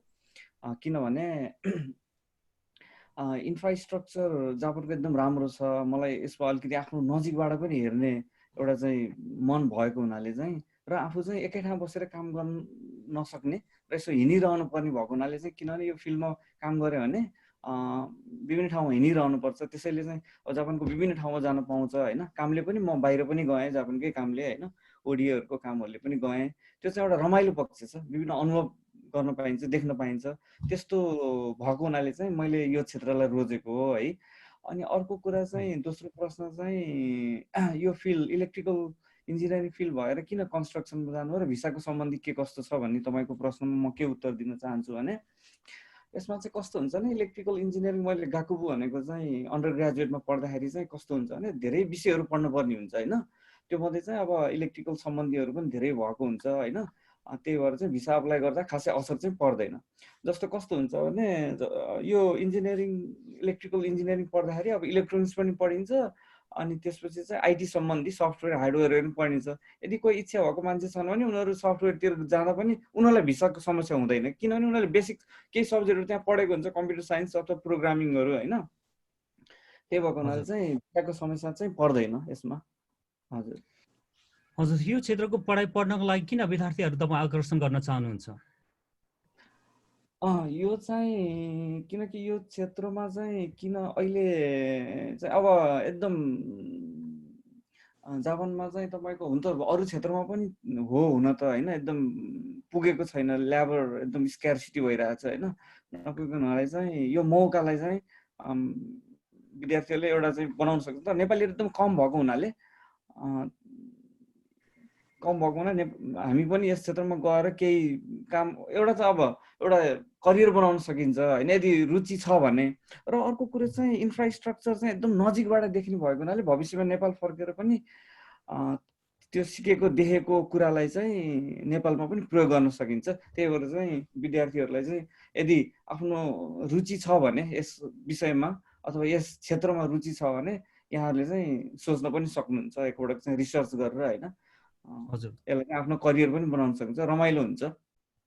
हजुर हुन्छ, म अब त्यसै गरी चाहिँ एग्रिकल्चर फिल्डको चाहिँ अरुणजीलाई चाहिँ म केही प्रश्न राख्न चाहन्छु। अरुणजी रेडी हुन्छ? हजुर भन्नुहोस्। हजुर रेडी छु म। हजुर, एग्रिकल्चर फिल्ड पढ्नु भने पढाइ भनेकै होइन, सकिएपछि चाहिँ गाउँघरतिर गएर जब गर्नुपर्छ भन्ने धेरै विद्यार्थीहरूको यो सोचाइ छ। यसमा तपाईँ के भन्नुहुन्छ? के अवसर चाहिँ यो एउटा चाहिँ यो सिटी एरियातिर चाहिँ यो नभएकै हो त एग्रिकल्चरको? यसको लागि चाहिँ कस्तो छ भने अब आफूले के सब्जेक्टमा चाहिँ केमा काम गर्ने भन्ने फरक पर्छ है। जस्तै अब सिटी एरियातिर काम गर्ने भने चाहिँ केमा गर्न सक्छ भने जस्तै अब तोसी नोग्यो भन्ने भयो होइन, त्यसपछि खाङ्के नोग्यो भन्ने भयो। जस्तै अब टोकियोभित्र पनि छन् विभिन्न कुराहरू। त्यो मेन कुरा चाहिँ अब ठुल्ठुलो फर्मको लागि चाहिँ अब सिटीभित्र नै होइन हुने त अब चान्स नै भएन। तर टोकियोको वरिपरि सिटीको वरिपरि जस्तै अब चिबा इबारा के भयो होइन, त्यसमा पनि हुन्छ नहुन त होइन। तर चाहिँ आफूले के गर्छ, जस्तै अब तपाईँलाई चाहिँ अब कोमेमा चाहिँ एकदम इन्ट्रेस्ट छ र गराउन लानु त निर जान सक्नुहुन्छ होइन। त्यही हो, अब गाउँमा भनेर पनि एकदमै गाउँ एकदम विकट ठाउँ भन्ने हुँदैन। म पनि अहिले यो मियाकेनको मा आएको टोकियोमै बसेर 15 वर्षमा होइन। यहाँ पनि त्यसो गाउँ भने एकदमै गाउँ भन्दा पनि अब नेपाल भने चाहिँ काठमाडौँ नभएर कुनै गोर्खा अथवा धादिङ जिल्लाको चाहिँ सदरमुकामको छेउछाउ भनौँ न, त्यस्तो खालको हुन्छ होइन। गाउँ भने एकदमै विकट ठाउँ, केही सुविधा नभएको, बस्न गाह्रो भन्ने चाहिँ हुँदैन। ए हजुर, अनि यो जुन तपाईँले यो पढिराख्नु भएको छ नि यो एग्रिकल्चर फिल्ड, यो फिल्ड पढ्नको लागि विद्यार्थीहरूको ब्याकग्राउन्ड चाहिँ के कस्तो हुनु जरुरी छ? यस्तो रहेछ, अब कस्तो छ नेपालमा चाहिँ पढ्दाखेरि चाहिँ अब +2मा साइन्स पढेकै हुनुपर्ने होइन। त्यसपछि नेपाल एग्रिकल्चर पढ्नको लागि चाहिँ त्यो चाहिँ छ नेपालको क्राइटेरियामा चाहिँ। जापानमा चाहिँ त्यो छैन। जापानमा चाहिँ नेपालमा चाहिँ तपाईँले +2 गर्नुभएको छ भने तपाईँले पढ्न पाउनुहुन्छ। तर के सहिलो हुन्छ भने जस्तै अब नेपालमा चाहिँ एजुकेसन पढ्नु भयो भने जापानमा चाहिँ एजुकेसन एग्रिकल्चर पढ्नु भने आफूलाई सहिलो होला होइन। जस्तै म नेपालमा चाहिँ कसरी भन्नु नेपालमा चाहिँ कमर्स पढेको छ भने जापानमा चाहिँ एग्रिकल्चर बिजनेस पढ्न सजिलो होला होइन। जस्तै नेपालमा चाहिँ आइटी अथवा इन्जिनियरिङ पढाएको छ भने चाहिँ जापानमा चाहिँ इन्जिनियरिङ एग्रिकल्चर पढ्न सजिलो होला। तर एउटै युनिभर्सिटीभित्र पनि विभिन्न हुन्छ। तर जापान नेपाल जस्तै चाहिँ यो आइसी पढ्नै पर्छ यो भन्ने चाहिँ छैन। यहाँ चाहिँ त्यही एक्जाम र त्यो बेलाको इन्टरभ्यूहरूमा पास गरेपछि अनि भित्र गएर पढ्ने हो है। अलिक भित्र गएपछि पनि चेन्ज गर्न पाइन्छ आफूले पनि। जस्तै अब एउटा पढाएको थिएँ पछि चाहिँ पढ्ने इन्ट्रेस्ट लागेर अर्को सब्जेक्ट पनि चेन्ज गर्न पाइन्छ। तर यही चाहिँ हुनुपर्छ भन्ने छैन रहेछ पनि त्यो बुझिन्छ यहाँ आएपछि चाहिँ। हजुर हजुर अब म चाहिँ आइटीमा जान चाहे विकासजी रेडी हुनुहुन्छ? हजुर अहिले चाहिँ सबैलाई थाहा भएको कुरा हो कोरोनाले गर्दा न्यू नर्मल लाइफमा आइसिटी क्षेत्रमा नयाँ ढङ्गले आज ठुलो परिवर्तनहरू आउने कुरा चाहिँ सुनिन्छ। यसबारे विद्यार्थीहरूलाई के कस्ता सल्लाह दिन चाहनुहुन्छ? अब तपाईँको यो विषयमा भन्दाखेरि अभियसली अब आइसिटी क्षेत्रमा यो कोभिडले भन्दा पनि कोभिडले चाहिँ एउटा ड्रास्टिक चेन्ज नै ल्याइदिएको छ होइन। त्यो मेन कुरा चाहिँ के भन्दाखेरि तपाईँको टेलिवर्कलाई चाहिँ एकदम प्रायोरिटाइज गरेर आयो होइन। अब तपाईँको अहिले जुम नै हेर्नुहुन्छ भने त्यसले यति फेमस थिएन कि जब कोरोना आयो जुम हत्तै बढ्यो क्या। त्यो पनि जुम पनि एउटा आइसिटीको वान अफ द पार्ट हो होइन। त्यो भएको हुनाले अहिले के भयो भन्दाखेरि अब जानै पर्छ भन्ने जुन मेन्टालिटी थियो त्यो तपाईँले घरमै बसेर पनि तपाईँसँग कम्प्युटर छ भने तपाईँले घरमै बसेर प्रोग्रामिङदेखि लिएर जे पनि गर्न सक्नुहुन्छ कि। त्यो भएको हुनाले मेन कुरा चाहिँ त्यो अफिस गएरै काम गर्ने भन्ने जुन पुरानो सिस्टम छ नि त्यो सिस्टम चाहिँ टोटली लस्ट भएर जान्छ मेन होइन। अब त्यो बाहेक पनि अब तपाईँको अहिले कोभिडमा मान्छेहरूले अहिलेसम्म केयर नगरेको कुराहरूदेखि लिएर तपाईँको विभिन्न मास्क लगाउँदाखेरिको कुराहरू अब तपाईँको मान्छेहरू अब केही इफेक्टेड छ भने होइन अब तिनीहरूलाई चाहिँ इन्फर्मेसन डिजिज सम्बन्धी इन्फर्मेसन दिने कुराहरू यिनीहरूलाई अलिकति कस्तो भन्दाखेरि तपाईँको अलिकति एक्टिभ बनाउने अथवा यस्तो कुरामा चाहिँ केयरफुल बनाउने भन्ने कुराहरू पनि आइटी युज गरेर त्यस्तो टाइपको सिस्टमहरू एप्लिकेसनहरूको डेभलपमेन्ट हुँदै आउँछ होइन। अनि अब अझै तपाईँको अहिलेसम्म जति एप्लिकेसन थियो नि त्यो एप्लिकेसनहरू सबैलाई कसरी कोभिड पछि पनि युज गर्न सकिन्छ त भन्ने कुराहरू। फर इक्जाम्पल म कन्स्ट्रक्सन कम्पनीमा काम गर्छु। अहिले मैले रिसेन्टली एउटा एप्लिकेसन डेभलप गरेको चाहिँ तपाईँको अब हरिजलाई पनि थाहा होला थियो होइन। तपाईँको एप्लिकेसन भन्दा पनि तपाईँको हरेक कम्पनीमा चोरे हुन्छ क्या। चोरे भनेको सबैजना एकै ठाउँमा जम्मा भएर तपाईँको ठुलो साइटमा चाहिँ 400-500 जना एउटै साइटमा जम्मा भएर तपाईँले त्यो दिनको कामको बारेमा त्यो दिनको के अरे पोइन्ट टु बी नोटेडहरू सबै सुन्नुपर्ने हुन्छ कि। त्यो चाहिँ अब चाहिँ त्यो कोरोना पछि चाहिँ त्यो सम्भव भएन। तर मैले अहिले यस्तो एप्लिकेसन बनाएँ जुन चाहिँ आफ्नो स्मार्टफोनले तपाईँ जहाँ भए पनि त्यसमा एक्सेस गर्न मिल्यो तर त्यो साइटको मात्रै।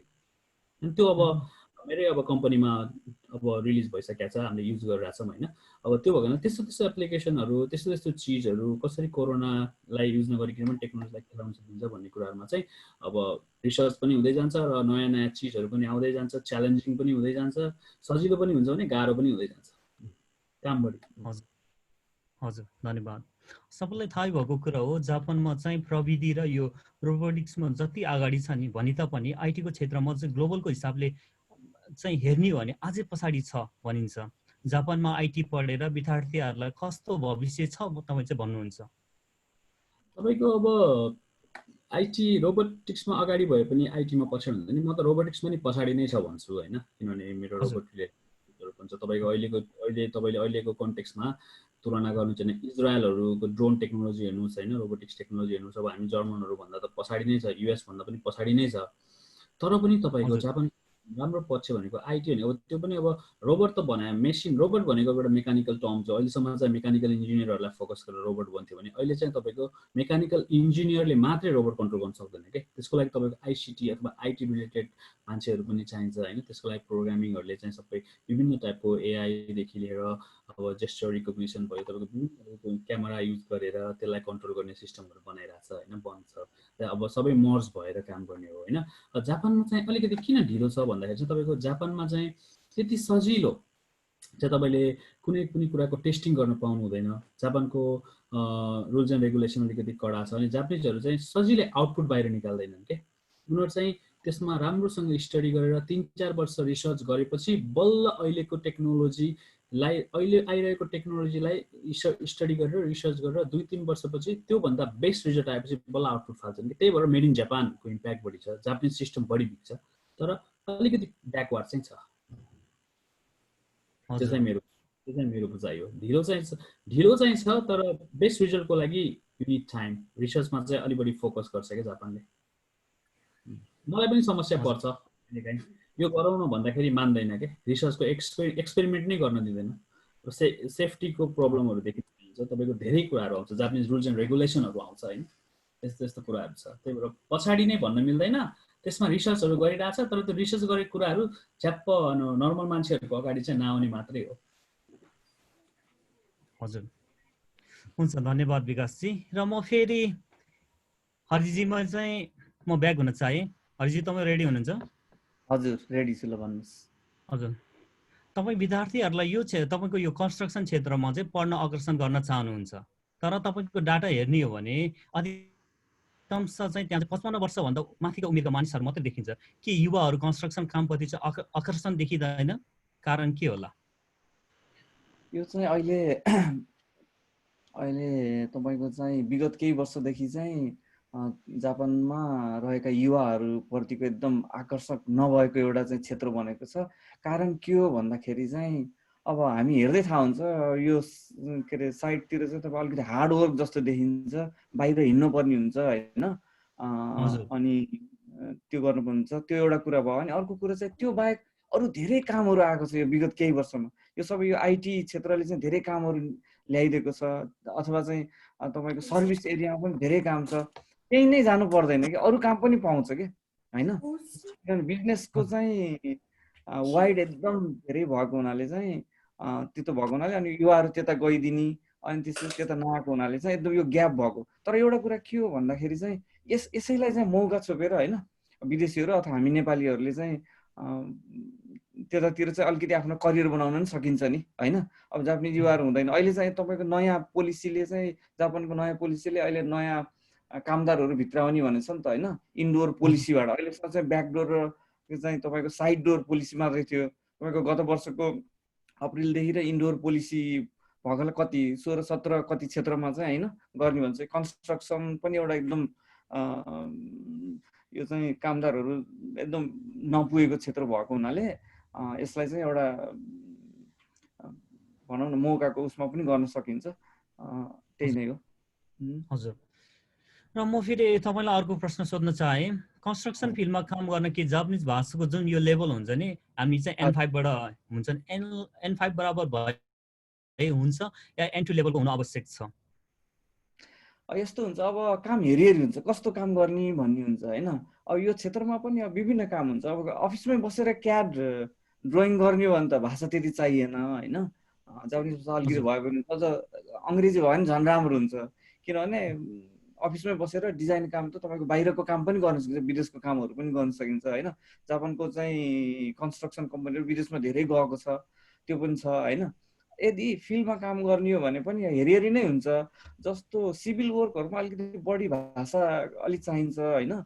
र तर एउटा कुरा चाहिँ जस्तो पाइपिङहरूको चाहिँ वेल्डिङहरू हुन्छ होइन, वेल्डिङमा चाहिँ त्यति भाषा चाहिँदैन। तपाईँको एकै ठाउँ बसेर वेल्डिङ गर्ने हुन्छ र त्यसलाई सुपरभाइज गर्दा पनि ड्रइङबाट सुपरभाइजरले चाहिँ यो गर, यति चाहिँ के अरे वेल्डिङ गर भनेर चाहिँ एउटा कागजले दियो भने उसले त्यो गरिदिन्छ। त्यो कसरी मलाई अचम्म लागेको भने, मैले चाहिँ मास्टरमा चाहिँ रिसर्च पेपर गर्दाखेरि यही आफ्नै फिल्ड सम्बन्धी गरेको थिएँ होइन। त्यसपछि चाहिँ म गइरहेको फिल्डमा चाहिँ नेपालीहरू पनि थिए होइन। उनीहरू चाहिँ वेल्डिङ काम गर्दो रहेछ। अनि मेरो चाहिँ रिसर्च पेपरमा के अरे इन्टरभ्यू पनि हुन्थ्यो होइन। अनि उनीहरूलाई मैले इन्टरभ्यू राखेर चाहिँ प्रश्न सोध्थेँ, तपाईँलाई भाषाको समस्या पर्दैन भन्दाखेरि उहाँहरूलाई पर्दो रहन्छ कि, नपरिकन उहाँले मजाले काम गर्नुहुँदो रहेछ, एकदम राम्रो। जापानिजहरूले राम्रो एकदम स्किल, हाई स्किल भएको चाहिँ हुनु रहेछ। उनीहरू पहिला चाहिँ तपाईँको बाहिर कतारतिर कता चाहिँ धेरै अनुभव गरेर आउनुभएको रहेछ होइन। त्यस्तो गरेको थिएँ। त्यस्तोलाई चाहिएन हेर्नुहोस् है, उसलाई चाहिँ सुपरभाइज गर्नलाई चाहिएन, काम गर्नलाई चाहिएन। तर मेरो इलेक्ट्रिकलमा चाहिँ कस्तो छ भने अलिकति सुरुमा चाहिँ चाहिँदैन होइन, अनि स्किलबाट। तर अलिकति काम बढ्दै गयो भने चाहिँ चाहिन्छ, किनभने अलिकति सुपरभाइज पनि गर्नुपर्ने हुन्छ, अनि कस्टमरहरूसँग बोल्नुपर्ने हुन्छ। त्यति बेलासम्म फेरि आफूले पनि भाषा पढेर चाहिँ इम्प्रुभ गर्नु पऱ्यो नि त, सिक्नु पऱ्यो होइन। तर एउटा कुरा, अर्को महत्त्वपूर्ण कुरा के भन्दाखेरि टेक्निकल सब्जेक्टहरू बढी हुन्छ कि, यो हुन्छ जुनमा पनि त्यही नै हो होइन। टेक्निकल सब्जेक्टहरू त त्यसैलाई अलिकति सिक्दै जाने, अनि त्यसपछि कम्युनिकेसन गऱ्यो भने त्यो बिस्तारै जानिन्छ, बानी पर्ने त हो नि, नारेरु भन्छ नि होइन। हजुर हजुर, र हुन्छ म अब तपाईँलाई चाहिँ एउटा अन्तिम प्रश्न के सोध्न चाहन्छु भने कन्स्ट्रक्सन फिल्डमा काम गर्नलाई लाइसेन्स होल्डर हुनैपर्छ भन्ने छ या कम्पनी जोइन भइसकेपछि चाहिँ यो लाइसेन्सहरू लिन सकिन्छ र काम सम्बन्धी के कस्ता ट्रेनिङहरू पनि गराइन्छ? हजुर, यसको चाहिँ यो क्षेत्रमा कस्तो भने अहिले काम सिक्न अलि समय लाग्छ होइन, काम चाहिँ अनि त्यसैले चाहिँ कम्पनीले नै चाहिँ उनीहरूलाई चाहिँ लगानी गरेर लाइसेन्सहरू लिन लगाउने चाहिँ बढी हुन्छ होइन। तर अगाडि नै लाइसेन्सहरू लियो भने तपाईँको जस्तो मैले अहिले इलेक्ट्रिकल फिल्डमा चाहिँ गरेको देन्की कोजी द इस्यु भन्छ होइन, फर्स्ट लेभलको हो होइन। त्यो चाहिँ तपाईँको कस्तो हुन्छ भने लाइसेन्स लिए पनि तुरुन्तै चाहिँ पाइँदैन कि, इस्यु हुँदैन, 5 वर्षको अनुभव हुनुपर्छ होइन। त्यही भएर चाहिँ कम्पनीले चाहिँ कस्तो ठाउँमा चाहिँ काम गराउने हो, उसलाई कस्तो आवश्यकता छ भनेर नै पठाउँछ त्यो ट्रेनिङहरू लिन, 1 दिने 2 दिने ट्रेनिङ अथवा चाहिँ रिटर्न र प्र्याक्टिकलहरू हुन्छ, त्यो चाहिँ कम्पनीमा पनि ट्रेनिङ गराउँछ अथवा कतै बाहिर लगेर पठाउँछ, सिकाउँछ, उनीहरूले पनि गर्छ। त्यही भएर आतिनु पर्दैन। अब समय त्यस्तो भयो भने आफूले पहिले लिँदा पनि हुन्छ, नभए चाहिँ आतिनु पर्दैन, कम्पनी छिरिसकेपछि उनीहरूले सिकाउँछ, अरू चाहिँ आफूले मेहनत गर्नु पर्यो। हजुर हजुर, धन्यवाद। अब चाहिँ म फेरि एग्रिकल्चरमा ब्याक हुन चाहे। अरविन्दजी तयार हुनुहुन्छ? अनम्युट किन भन्नु? हजुर, रेडी छु म। हजुर, जुन हजुरले के अघि भन्नुभयो स्मार्ट एग्रिकल्चरबाट चाहिँ धेरै किसानहरूलाई मात्र फाइदा हुन्छ, तर यसमा उपभोक्ताहरूलाई के सोच्छन् भने यो चाहिँ अर्गानिक प्रडक्ट हामी चाहिँ खान पाउँदैनन्, यो अर्गानिक प्रडक्ट हुँदैन कि यो साँच्चै हो? लाइक के हुन्छ भने अहिलेको यो जिएमओ भन्छ नि प्रडक्टहरू चाहिँ भन्ने गरिन्छ कि बेला बेलामा यस्तो उपभोक्ताहरूले यस्तो प्रश्नहरू राखिन्छ, यसमा चाहिँ तपाईँको के भनाइ छ? यस्तो छ, जापानको चाहिँ के छ भन्नु होला भने हामीले लगभग नेपालमा चाहिँ यहाँ चाहिँ 2 भागमा बाँडेको छ। एउटा भनेको चाहिँ युकिनोग्यो भन्छ होइन, अर्गानिक फुड होइन। मोनोयाको भनेको चाहिँ मोनोयाको भयो, त्यसपछि मल पनि नहालेको, त्यसपछि पेस्टिसाइड पनि नहालेको, सिजनमा चाहिँ एकदम नेचुरल किसिमको हुन्छ। त्यसको भनेको चाहिँ त्यसको बेच्ने तरिका होइन, लगाउने तरिका, खाने तरिका सबै फरक हुन्छ। अब महँगो पनि धेरै महँगो हुन्छ, सबै एफोर्ड गर्न सक्दैन होइन।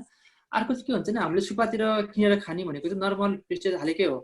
कस्तो हुन्छ भने जापानको चाहिँ विश्वमै तुलना गर्दाखेरि चाहिँ हाल्ने रेउ चाहिँ जापानको धेरै नै छ होइन। तर कस्तो छ भने उसी भनेको आज के भन्ने अब कम क्वालिटी के भन्छ चाहिँ उसी खाले हाल्ने भएकोले गर्दाखेरि चाहिँ जस्तै अब मान्छेलाई चाहिँ असर गर्दैन। तपाईँ हामीले देखिन्छ जापानमा चाहिँ हर कुरामा चाहिँ एकदम आन्जेन्सी चाहिँ एकदम दाइची भन्ने भएर चाहिँ हामीले हालेको, जस्तै अहिले हामीले पनि टमाटर हाउसभित्र चाहिँ नहालेको समय पनि हुँदैन, किनकि त्यहाँ चाहिँ अब होइन अब सानो किराको पनि अन्डा मार्नेदेखि लिएर होइन, भैँसकोलाई मार्नेदेखि लिएर ठुलो भएर मार्ने सबै कुरा हुन्छ कि। त्यसले गर्दाखेरि चाहिँ तरिका हुन्छ, तर त्यो चाहिँ कति टाइमभन्दा पहिला हाल्ने होइन, अनि हालेको कति घन्टाभन्दा पछि टिप्न नपाउने होइन, त्यो सबै कुरा रुल्स यहाँको चाहिँ कडा हुन्छ। त्यसपछि त्यसको चेक गर्ने फेरि अर्को हुन्छ कि यो ग्लोबल ग्यापमा दर्ता भएको ग्लोबल ग्यापले चाहिँ वर्षभरिले हामीले हालेको चाहिँ नयाँकोहरू होइन, त्यसपछि सब चेक गरेर आन्जेनमा चाहिँ बढी किबिसी भएर गर्दाखेरि चाहिँ त्यस्तो विधि हाल्यो भनेर चाहिँ एकदमै मान्छेलाई चाहिँ असर गर्ने खालेको चाहिँ हालेको हुन्न होइन। तर बेला चाहिँ अब नर्मल किसानहरूले पनि अलिकति केही मात्राहरू बढी भएर त्यसपछि त्यस्तै के भएर समस्याहरू हुने ठाउँमा हो होइन। तर यस्तो ठुल्ठुलो फर्महरू अब पनि विश्वले आँखा लगाइरहेको ठाउँमा चाहिँ थोरै मात्रै पनि जिको अथवा एक्सिडेन्ट भयो भने त धेरै असर गर्छ नि। त्यही भएर त्यस्तो कुरामा चाहिँ एकदम बढी नै होस्ट गरेको हुन्छ उनीहरूले चाहिँ, चेक पनि धेरै चेक हुने होइन। त्यसपछि त्यो चाहिँ मात्र चाहिँ एकदमै पुऱ्याएर गरेको हुन्छ। त्यही भएर त्यसरी डराउनु पर्ने अवस्था चाहिँ हुँदैन। तर त्यही हो, अब अर्ग्यानिक भन्दा चाहिँ केही न केही त अब मात्र त भइहाल्छ। ए हजुर, हुन्छ, धन्यवाद। म तपाईँलाई प्रश्न सोध्न चाहे।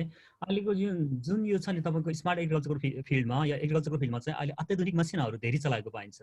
अहिले यो मेसिनहरू चलाउँदाखेरि के श्रमको चाहिँ श्रमहरू घटाउँदै जान्छ भन्नेहरू अहिले चाहिँ सुन्नमा आएको छ होइन बेला बेलामा। तपाईँ चाहिँ नेपाली विद्यार्थीहरूलाई के भन्न चाहनुहुन्छ भने एग्रिकल्चर फिल्ड नै रोज्नुहोस्, यो पढ्न अग्रसर गर्नुहुन्छ किन? यस्तो हरिजीले भन्नुभएको जस्तो जापानमा चाहिँ होइन अझ कन्स्ट्रक्सनमा भन्दा पनि एग्रिकल्चरमा चाहिँ वृद्धहरूको सङ्ख्या बढी छ क्या। 65 भन्दा बढी उमेरको मान्छेको सङ्ख्या चाहिँ लगभग 70 बढी होला, सायद 70% भन्दा बढी होला होइन, यङ छैनन्। पछि चाहिँ किनकि त्यसमा चाहिँ अब मेसिनरी अथवा आइटीको युज नगरिकन सम्भव पनि छैन क्या। किनकि अब हर कुरामा चाहिँ नेपालमा भन्दा त धेरै नै नर्मली किसानले पनि बढी युज गरे हुन्छ के अरे प्रविधिहरू त होइन। त्यसमा पनि अझ ठुल्ठुलो फर्महरूले त झन् अब मान्छे कम अब प्रविधि बढी गरेको हुन्छ, त्यो एउटा कुरो होइन। तर तर नगरसम्म पनि हुँदैन। र अर्को कुरा चाहिँ अब यस्तो हो, मान्छेकोले सँग काम गर्ने मान्छे सङ्ख्या घटे पनि अर्को ठाउँमा कुनै ठाउँमा चाहिँ बढेको हुन्छ क्या। जस्तै अब एक कुरा भएको थियो, अब आइटी क्षेत्रमा बढी होला होइन, जस्तै मेसिनको कन्ट्रोल गर्ने ठाउँमा मान्छे होला, तर काहीँ घटे पनि काहीँ बढेको हुन्छ। त्यसले गर्दा त्यस्तो विधि घट्यो भनेर नपर्ने अवस्था नि हुन जस्तो चाहिँ लाग्छ। त्यसमा नि अब मान्छे नहुने पनि हुन्छ, जस्तै अब टमाटर केसमा चाहिँ अब टिप्नलाई मान्छे नै चाहिन्छ होइन। अब हुन त रोबोटले पनि टिप्न थाले पनि रोबोटको पनि अब मान्छेको जस्तो सेन्स नहुने कति कुराहरू पनि हुने गर्दाखेरि चाहिँ मान्छे पनि नचाहिने त होइन, तर त्यही हो केही कम त छ, त त्यस्तो कम भयो भने पनि डराउनु पनि अथवा कामै नपाउने भन्ने चाहिँ हुन्छ जस्तो लाग्दैन। किनकि कृषि क्षेत्रमा पनि एकदमै मान्छेहरूको चाहिँ अभाव छ, जापानको हर क्षेत्रमा, कृषिमा चाहिँ अझ बढी अभाव छ जस्तो लाग्छ मलाई चाहिँ। ए हजुर धन्यवाद। र यसमा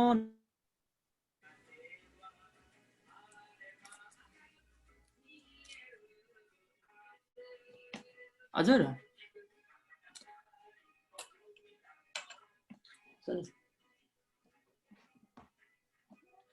हजुर केही पनि सुन्दैन यताबाट।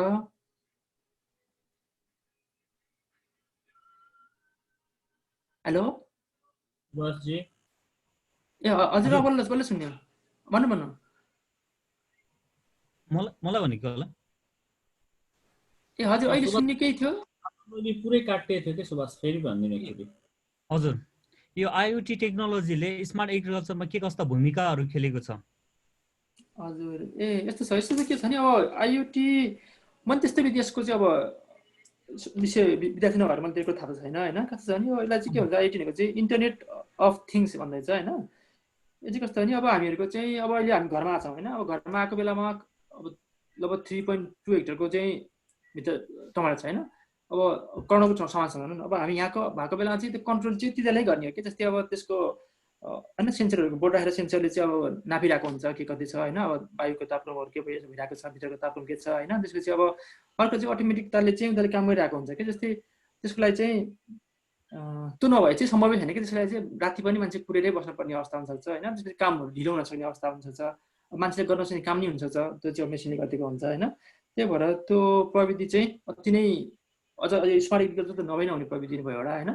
तर त्यसमा चाहिँ कहाँ कहाँसम्म पुग्छ डेभलप हुँदै भन्ने कुरा चाहिँ अझ मलाई भन्दा पनि हाम्रो विकास सरहरूलाई चाहिँ बढी थाहा होला है। अझ उहाँलाई नि सुन्दाखेरि अझ राम्रो होला कि। हुन्छ धन्यवाद। र म विकासजीमा ब्याक हुन चाहे आइटीमा। विकासजी रेडी हुनुहुन्छ? यो जुन आइटीको फिल्डमा छ नि, आइटीको फिल्डमा नेपाली स्टुडेन्टहरूको कन्टेक्समा हेर्दा के हुन सक्छ र कुन ब्याकग्राउन्ड भएका स्टुडेन्टहरूलाई यो पढाइप्रति चाहिँ तपाईँ आकर्षण गर्न चाहनुहुन्छ? अब तपाईँको ब्याकग्राउन्ड भन्दा पनि तपाईँको म चाहिँ के भन्छु भने म्याक्सिमम चाहिँ हाम्रो जापानमा +2 पास गरेर आउने साथीहरू धेरै हुनुहुन्छ होइन। अब नेपालमा पनि हाम्रो हरिजीले पनि थोरै कुरा गर्नुभएको थियो, नेपालमा चाहिँ अब साइन्स ब्याकग्राउन्ड नै हुनुपर्छ, अविन सरले भन्नुभएको थियो, साइन्स ब्याकग्राउन्ड नै हुनुपर्छ भन्ने कन्टेक्स्ट चाहिँ इन्जिनियरिङ जानलाई, मेडिकल जानलाई, एग्रिकल्चर जानलाई। तर यहाँ चाहिँ कस्तो छ भन्दाखेरि त्यो नभइकन तपाईँको ब्याकग्राउन्ड जे भए पनि तपाईँ कमर्स नै पढेको हुनुहोस्, तपाईँ ह्युम्यानिटिज नै पढेको हुनुहोस्, तर तपाईँको इन्ट्रेस्ट छ, मेन कुरा इन्ट्रेस्ट हुनु पऱ्यो होइन। अब त्यो भन्दैमा म आइटी छिरिहाल्छु, मलाई अब त्यो अलिअलि नलेज त हुनुपर्छ, तर पनि छिरेर केही पढ्न सक्छु भन्ने आफूले डिटरमाइन्ड भएर गऱ्यो भने चाहिँ त्यो ब्याकग्राउन्ड चाहिँ केही पनि चाहिँदैन। तर मेन कुरा चाहिँ सजिलो भन्ने छैन होइन। प्रोग्रामिङहरू हुन्छ, अलिकति लजिकल कुराहरू पढ्नुपर्ने हुन्छ, टाइम दिनुपर्ने हुन्छ होइन। अहिले पनि भन्छ कि अरू भाइ त बाक्कारी हो त हामी भनेको त्यही भएर हो होइन। अनि कुनै पनि विषयलाई जुनसुकै विषय पढ्दा पनि टाइम दिनुपर्ने हुन्छ। त्यही भएर चाहिँ यस्तो ब्याकग्राउन्ड छैन। तर अब तपाईँ अब यदि साइन्स ब्याकग्राउन्डको हुनुहुन्छ अथवा मास्टर्स पढ्न पिएचडी गर्नको लागि साथीहरू पनि साइन्स ब्याकग्राउन्डबाट आउनुभएको साथीहरू, अरू तपाईँ अब इन्जिनियरिङ ब्याकग्राउन्डबाट आउनुभएको छ भने तपाईँ ह्युम्यानिटिज ब्याकग्राउन्ड भए पनि तपाईँ जान चाहिँ सक्नुहुन्छ। तर तपाईँको आफूले केही बुझेको, आफूले गरेर आएको कुरा रिलेटेड रिसर्च गर्ने सोचमा जानुभयो र त्यसलाई एक्सटेन्ड गर्नुभयो भने तपाईँलाई नै सजिलो हुन्छ क्या। त्यो भएको हुनाले चाहिँ ब्याकग्राउन्ड स्पेसिफिक केही पनि छैन, तर आफूले गर्न चाहेको कुरामा चाहिँ थोरै नलेज चाहिँ हुनु पऱ्यो कि। हजुर एबिसिडी पनि आउँदैन, म सेन्टेन्स बनाउन हिँड्छु भनेर त भएन नि त। पहिला एबिसिडीबाट सिक्नु पर्यो होइन।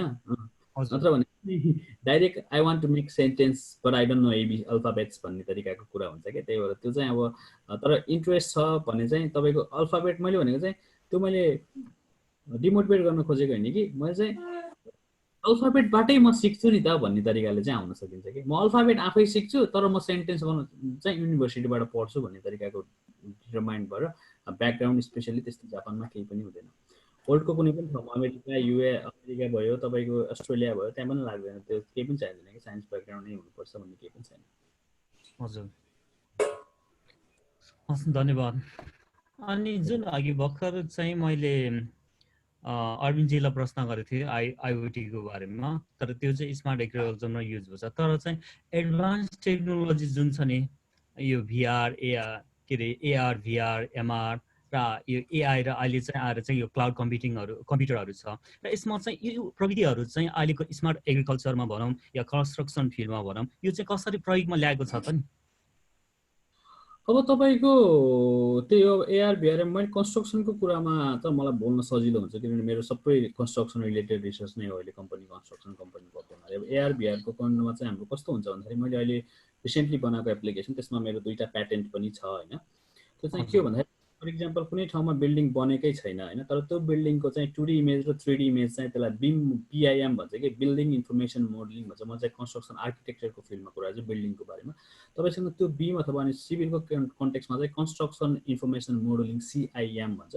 त्यो डेटाहरूलाई चाहिँ तपाईँले एआर मोडलमा कन्भर्ट गरेर तपाईँले चाहिँ अब यो ठाउँमा यस्तो बिल्डिङ बन्दैछ भनेर तपाईँले एआर डिभाइस फर इक्जाम्पल तपाईँको आइप्याडले त्यो ठाउँमा गएर केही पनि नभएको ठाउँमा त्यो ओपन गरेर एप्लिकेसन रन गर्नुभयो भने तपाईँले त्यहाँ कस्तो बिल्डिङ बन्दैछ त भनेर त्यस्तोहरू हेर्न सक्नुहुन्छ। तपाईँ त्यो मोडल 3D मोडलमा कम्प्लिटेड फर्म अफ 3D मोडलभित्र तपाईँ घुम्न सक्नुहुन्छ होइन।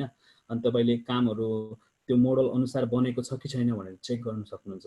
यो चाहिँ नर्मल एआर भिआर भयो। अब तपाईँको अब एआईको कुरामा चाहिँ तपाईँको एकदमै अहिले हाम्रो कन्स्ट्रक्सनमा पनि मान्छेहरू एकदम पुगिरहेको छैन होइन। भेटरान मान्छेहरूले काम छोड्दै गइरहेको छ भने नयाँहरूले काममा इन्ट्रेस्टेड छैन। तर त्यसको लागि चाहिँ तपाईँको हामीले कामदारहरूकै डेटा कलेक्ट गरेर कुन तरिकाले उनीहरूले काम गरिरहेछ। अहिले भर्खर हाम्रो स्मार्ट ग्लासको कुरा आएको थियो एभिन सरको होइन, त्यो चाहिँ हाम्रो मिल्न जान्छ एग्रिकल्चरमा। अब सेन्सरहरूको कुरा भइहाल्यो। अब सेन्सरहरूको कुरा त अब त्यो आइओटीको कुरा मात्रै नभइकन अब एग्रिकल्चरमा पनि त्यही हो। तपाईँको अब फर इक्जाम्पल म एग्रिकल्चरको कन्टेक्समा एआईलाई नै कुरा गरेँ भने AI is a big data होइन। एआई चाहिँ अब डेटा नै खेलाउने हो। सबै डेटालाई एनोटेसन गर्नु, एनोटेसन भनेको त्यसलाई लर्निङ गराउनुपर्छ। कुनै पनि डेटालाई हामीले लर्निङ गराएर त्यो डेटालाई पछि अटोमेटिकली युज गर्न सक्ने, डिटेक्ट गर्न सक्ने। फर इक्जाम्पल अब हाम्रो टमाटरै टिप्न पऱ्यो भने रोबोटले कसरी टमाटर टिप्छ त भन्दाखेरि त्यहाँ पाकेको टमाटर काँचो टमाटरको फोटोहरू पहिल्यैदेखि खिचेर अथवा त्यसको साइजहरूलाई राम्रोसँग मेन्सन गरेर हामीले डेटा बनाएको हुन्छ क्या बिग डेटा। त्यो बिग डेटालाई चाहिँ हामीले रोबोटले लर्न गराउँछौँ होइन। अनि त्यो रोबोटले चाहिँ हो अनि त्यो उसले चाहिँ हेर्दाखेरि ए पाकेको टमाटर यो हो भनेर पहिलाको डेटासँग म्याच भयो भने बल्ल रोबोटले टिप्ने गर्छ क्या। त्यो भएको हुनाले चाहिँ एआई पनि युज हुन्छ।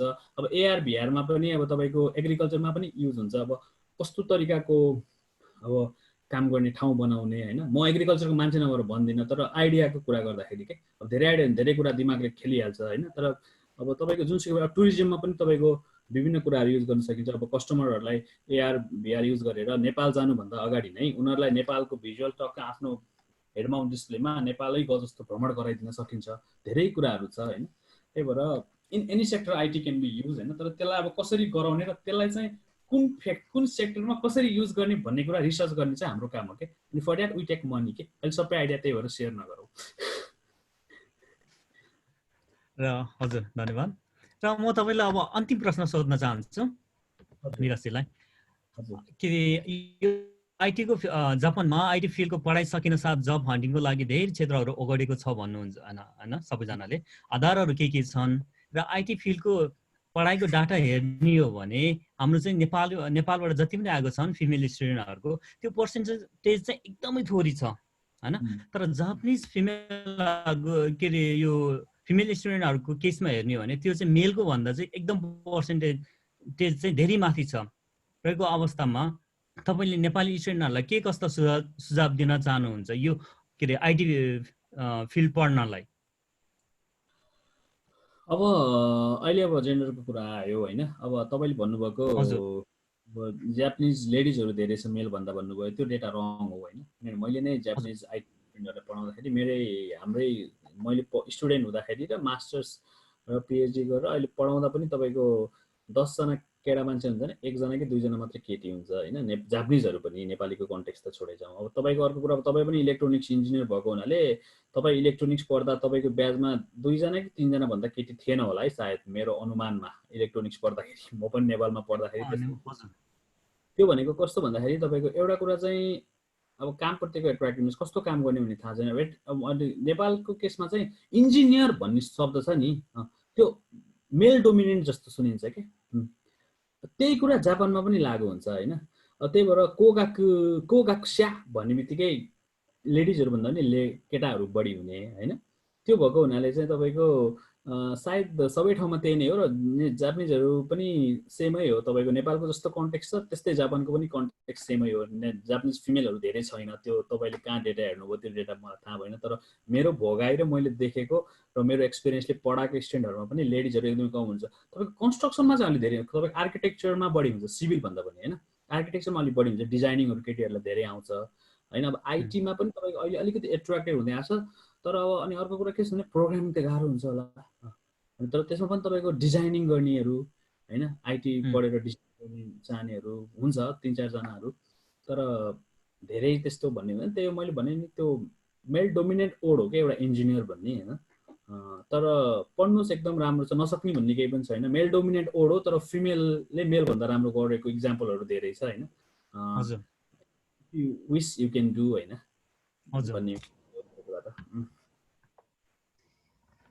हस्, धन्यवाद। म चाहिँ अब केही कमन क्वेसनहरु सोध्ने छु र यो कमन क्वेसनमा चाहिँ 3 जना स्पिकरहरुले चाहिँ पाले पालो भन्नुपर्ने हुनेछ र यसमा चाहिँ म तपाईहरुलाई टाइम चाहिँ 1 देखि 2 मिनेट चाहिँ त्यति पनि लाग्दैन होला हैन एकदम। म सुरुमा चाहिँ प्रश्न राखे हरिजीलाई। तपाई तयार हुनुहुन्छ हरिजी? हजुर तयार छु, भन्नुस्। यो जुन पढाइ पढाउन आउँदाखेरि चाहिँ सक्ने कठिनाइहरू र सामना गर्नुपर्ने हामीले चाहिँ के चुनौतीहरू छ, यसमा चाहिँ तपाईहरुले कसरी हेर्नुहुन्छ तिनीजनालाई? पढाइ पढ्दा कठिनाइहरू? हजुर, त्यो त अब भइहाल्छ। भाषा एक भइहाल्यो हैन। त्यसपछि चाहिँ अब आरुबाइट पनि गर्नुपर्ने हुन्छ। कसरी ब्यालेन्स गर्ने भन्ने कुरो हो, पढाइ र आरुबाइट। अनि गाह्रो हुन्छ। अब त्यही त नि, आफ्नो क्लासहरू पनि एटेन्ड गर्नु पर्यो, कसरी हुन्छ। अब कठिनाइहरू हुन्छ। कम्युनिकेसन हुनु पर्यो। स्कुलमा गएपछि आफ्नो साथीहरूसँग, जापानिज साथीहरूसँग कसरी कम्युनिकेसन गर्ने, स्कलरसिप कसरी खोज्ने, कसरी अप्लाई गर्ने भन्ने कुराहरू चाहिँ हुन्छ। धेरै गाह्रो हुन्छ। तर गाह्रो भयो भन्दैमा चाहिँ अब आत्तिएर बस्ने कुरो हुँदैन। त्यही त्यो स्कुलको सेन्टरहरू हुन्छ नि त हैन। अब जस्तो दाइगाकु भयो भने चाहिँ अब त्यो कोक्साई के सेन्ता के भन्ने हुन्छ, त्यहाँ जाने सल्लाह गर्ने हैन। अब साथीभाइहरू बनाउने, त्यसरी नै चाहिँ गरेर नातिकिन चाहिँ अलिकति सल्भ गर्दै लैजानुपर्छ। हजुर, त्यही हो सामान्य मेरो विचार।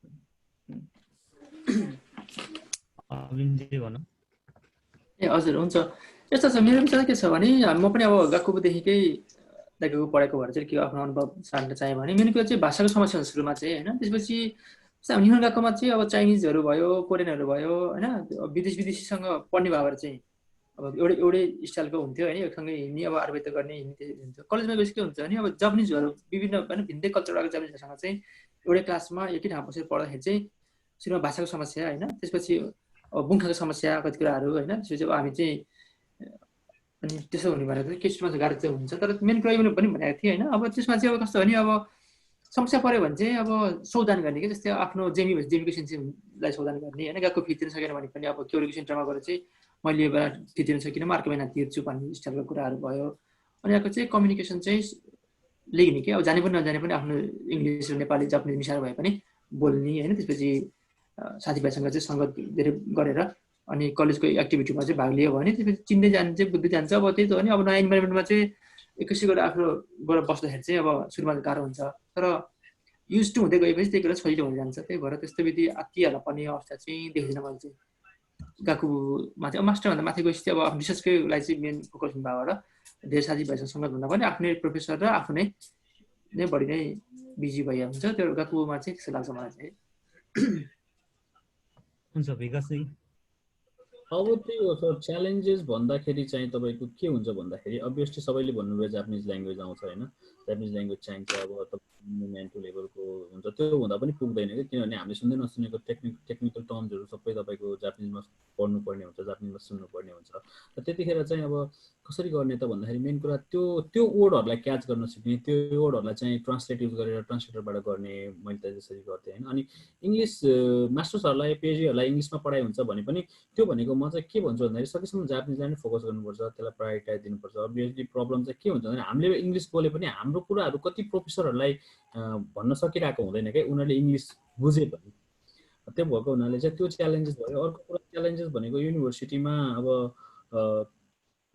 जबहरूदेखिको लेखेर टाइम मिलाउनु पर्यो होइन। अब च्यालेन्जेस भयो, प्रोफेसरहरूलाई मेन कुरा त हामीमाथि ट्रस्ट गराउन सक्ने एउटा च्यालेन्जेस हुन्छ कि तपाईँको यो स्टुडेन्टले साँच्चै नै पढ्ला त, स्टुडेन्ट अरू बाई त बाक्कारी जानै न भन्ने टाइपको इम्प्रेसन भएको स्टुडेन्टहरू पनि धेरै हुन्छ। त्यही भएर त्यसमा चाहिँ आफूले सकेसम्म बढी टाइम दिने, आफ्नो फ्री टाइममा अरू बाई त बाहेकको टाइममा युनिभर्सिटी ल्याबमा गएर बस्ने, ल्याबमा काम गर्ने होइन, प्रोफेसरसँग सकेसम्म टाइम बढी लिने, सेम्पाईहरू ल्याबको सिनियरहरूसँग कुरा गर्ने।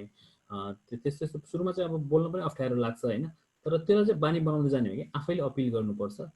त्यो च्यालेन्जेसहरू पनि फीको च्यालेन्जेसहरू हुन्छ, फी तिर्न गाह्रो हुन्छ अभियसली, खप्टाइ तिर्नुपर्छ। अनि तपाईँको त्यही जापानिज ल्याङ्ग्वेज भयो, अरू बाहेक त गर्न पाउँदैन, प्रोफेसरसँग टाइम लिन गाह्रो हुन्छ कसैलाई। त्यही हो, अब जब हन्टिङको केसमा पनि रेडेक्सीहरू लेख्न आउँदैन, स्कलरसिप एप्लाई गर्ने च्यालेन्जेसहरू हुन्छ, डकुमेन्ट मजाले बनाउनुपर्छ।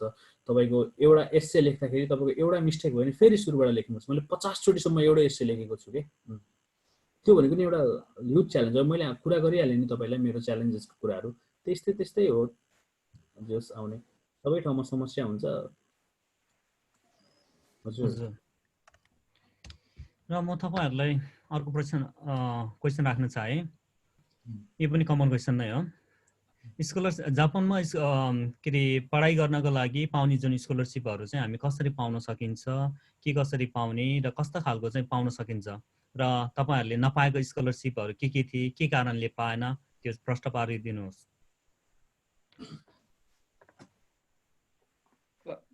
मैले हजुर स्कलरसिपको बारेमा चाहिँ अब त्यो स्कुल अनुसार पनि हुन्छ होइन, कुन स्कुलमा कस्तो खालको चाहिँ उनीहरूको व्यवस्था छ, स्कुलले जस्तो प्राइभेट कम्पनीहरूसँग कसरी चाहिँ समन्वय गरिरहेको हुन्छ होइन। गभर्मेन्टको त भइहाल्छ, जहाँबाट नि अप्लाई गर्न मिल्छ होला सायद मेरो विचारमा होइन। त्यो केसमा चाहिँ मैले खासै त्यस्तो स्कलरसिपहरू पाइनँ है, सानोतिनो थोरैहरू पाएँ है, तर खासै त्यो अलिकति अब सहयोग त भयो, तर ठुलो रकम चाहिँ मैले पाएको होइन है। त्यही मैले चाहिँ अरू नै बढी गरेको है। सबभन्दा महत्त्वपूर्ण कुरा के हो भने अलिकति पढाइलाई पनि राम्रो गर्नुपर्छ, अनि एक्टिभिटिजहरू चाहिँ गर्नु पर्यो स्कुलमा पनि, प्रोग्रामहरूमा भाग लिने होइन। अनि त्यसपछि चाहिँ टिचरहरूसँग राम्रो सम्बन्ध राख्ने। अनि त्यो म चाहिँ युनिभर्सिटी पढेको हुनाले कोक्साई कोर्यु सेन्टा भन्ने हुन्छ, त्यहाँ चाहिँ त्यहाँको स्टाफहरूसँग राम्रो सम्बन्ध राख्ने होइन, कम्युनिकेसन हुनु पऱ्यो टिचरहरूसँग गऱ्यो भने त्यसले पनि अलिकति प्लस पोइन्ट हुन्छ, यदि रिजल्ट कम भयो भने पनि के। किनभने यो मान्छे चाहिँ हितोगारा भन्छ नि होइन, यो मान्छेको चाहिँ पर्सनालिटी राम्रो छ है भनेर चाहिँ त्यसरी पनि उ हुनसक्छ। त्यही भएर चाहिँ आत्तिनु हुँदैन, मौकाहरू हुन्छ, खोजिरहनुपर्छ। स्कुलले त्यहाँ नदिए पनि इन्टरनेटबाट अथवा कताबाट विभिन्न नेटवर्कबाट खोजिराख्यो भने पाउँछ। त्यही भएर चाहिँ आत्तिनु हुन्न जस्तो लाग्छ है मेरो विचारमा। त्यही नै हो। हुन्छ अरविन्दजी। हजुर, मेरो केस चाहिँ कस्तो भने म चाहिँ लक्की भने के भने म चाहिँ आएदेखिकै एकचोटि पनि मैले फिची तिर्नु परेको छैन। खास भने निहुर्गाको पनि मैले पाएँ स्कलरसिप होइन। कसै स्कलरसिप पाएँ नि के फाइदा हुन्छ नि, एउटा कुरो चाहिँ नम्बर 1 स्कलरसिप पायो होइन, त्यो भएपछि त्यो उसलाई आफ्नो आर्थिक स्थितिमा पनि केही सुधार भइहाल्छ होइन। त्यो साटो पढ्न पाएँ क्या होइन, महिनाको 5 महिना पाएँ पनि 5 महिना गाह्रो बित्यो 50 घन्टा कमाउनु पऱ्यो होइन। त्यसै 50 घन्टा चाहिँ काम नगरी पढेर उल्टै त्यो भएपछि डबल फाइदा हुने रहेछ कि, र त्यो भयो होइन। अनि कस्तो कलेजमा चाहिँ विदेशी युवा विषयलाई चाहिँ अब अहिले चाहिँ चेन्ज भयो नियमहरू होइन। हाम्रो नेपालमा चाहिँ छिर्न साथ नै हाम्रो गाखामा चाहिँ 4.5 मानको स्कलरसिप सबैले पाउँथ्यो महिनाको होइन। त्यसमा चाहिँ 1 मानको चाहिँ यो याचिङ भनेर चाहिँ आफूले बाहिर अपार्टमेन्टमा बसेको छ भने 1 मानको स्कलरसिप पाउँथ्यो होइन। त्यो चाहिँ मैले सधैँभरि पाएँ होइन गएदेखिकै। अनि त्यो बाहेक कस्तो हुन्छ नि, हाम्रो एक्जाम फर्स्ट सेमेस्टरको एक्जाम हेरेर त्यसमा चाहिँ आफ्नो जिपी राम्रो भएको छ भने चाहिँ गाको हिमेन्जो भनेर चाहिँ सानोमुनो इच्ची होइन, अथवा हाफ भन्ने चाहिँ हुन्थ्यो, त्यो पनि पाएँ प्रत्येक वर्ष जस्तो नै होइन। त्यसपछि जासो भनेको 48,000 कति थियो महिनाको, प्लस त्यो पनि पाएँ मैले। गएको गर्दाखेरि होइन। अनि मास्टरमा चाहिँ के थिएन, हाम्रो कलेजमा चाहिँ लगभग कम्पिटिसन पनि बढी थियो। लगभग 10जना स्टुडेन्टले चाहिँ नाम निकाल्छ भने 22-25जनाको एप्लाई गर्ने हुन्थ्यो होइन। त्यहाँ नाम निकाल्यो भने चाहिँ दाइ सान सेवा किन भन्ने हुन्थ्यो। त्यसमा चाहिँ कस्तो छ भने अब बस्नलाई याद के अरे बस्नलाई अपार्टमेन्ट दिन्थ्यो होइन। गएको चाहिँ अब भने मास्टर गरेको ल वर्षको 110-20 मान अझ बढी पर्छ होला सायद। मास्टर 2 वर्षको गरेर ल 300 मान जति पर्छ होला होइन। त्यो गएको पुरै मेन्जो बाहेकको अनि अरू स्कलरसिपहरू पनि 4.5 मानको स्कलरसिपहरू पनि दिएको थियो होइन। अनि त्यो बाहेक अनि अरूहरू पनि जति खिन्क्यो हियो भन्ने कुराहरू भयो होइन। त्यस्तो कुराहरू विभिन्न हुन्छ। मतिर चाहिँ के भएको थियो भने मेरो आफ्नो चाहिँ ब्याड लक भने किनभने चाहिँ पिएचडी सेकेन्ड इयरमा पढ्दाखेरि चाहिँ यो मैले स्कलरसिप नाम धरि बिर्सेँ होइन। 15 मानको स्कलरसिपको लागि चाहिँ मैले एप्लाई पनि गरेको थिएँ होइन। कस्तो भयो भने त्यहाँको प्रोफेसरलाई चाहिँ डेडलाइन चाहिँ नजिक आइसकेको थियो। प्रोफेसर चाहिँ देखाउँदा रिपोर्ट भन्दा प्रोफेसर काम परेर बाहिर गएछ होइन। अनि बाहिर गइसकेपछि ऊ प्रोफेसरलाई देखाउन मिलेन क्या। जस्तो देश पनि विदेशमा नेट पनि जोइन हुने ठाउँमा गएको भएर चाहिँ आफूले पठाएको नि उसले सेन्सरले हेर्न पाएन, मेल चेक गरेर रिप्लाई गर्न पाएन होइन। आफ्नै भाषामा लेखेको रिपोर्टले खासै राम्रो काम गरेन। अनि त्यसले गर्दा चाहिँ मेरो एउटा 15 मानको आएको चाहिँ क्यान्सल भयो कि अब पाइएन भनौँ त्यस्तो चाहिँ भएको थियो। त्यही भएर चाहिँ मेन कुरो चाहिँ डेडलाइन र पहिलेदेखिको तयारी चाहिँ हुन चाहिँ पर्ने रहेछ कि स्कलरसिपको लागि चाहिँ। त्यो भयो भने चाहिँ सजिलो हुन्छ। नत्र चाहिँ थोरै मात्रै पनि डेडलाइन गएपछि गरेर त्यसको भ्यालु नै हुँदैन है। त्यही भएर स्कलरसिप चाहिँ मेन हामी कस्तो हालपाल कस्तो होइन। अब म नेपालको भयो होइन। अब अरू चाहिँ अरू देशको चाहिँ स्पेसली अब यो इन्डोनेसियातिरका फिलिपिन्सतिरका मान्छेहरू चाहिँ पढ्न भन्दा स्कलरसिपलाई चाहिँ बढी फोकस गर्ने होइन। त्यो भएपछि चाहिँ आयुर्वेद गर्नु परेन, कलेजभित्र बस्न पायो होइन। अनि राम्रो स्कलरसिप पनि पायो अनि पढाइ पनि सजिलो हुने के।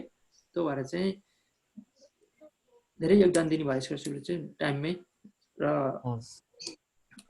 चाहिँ गर्न चाहिँ पर्ने रहेछ। हजुर धन्यवाद।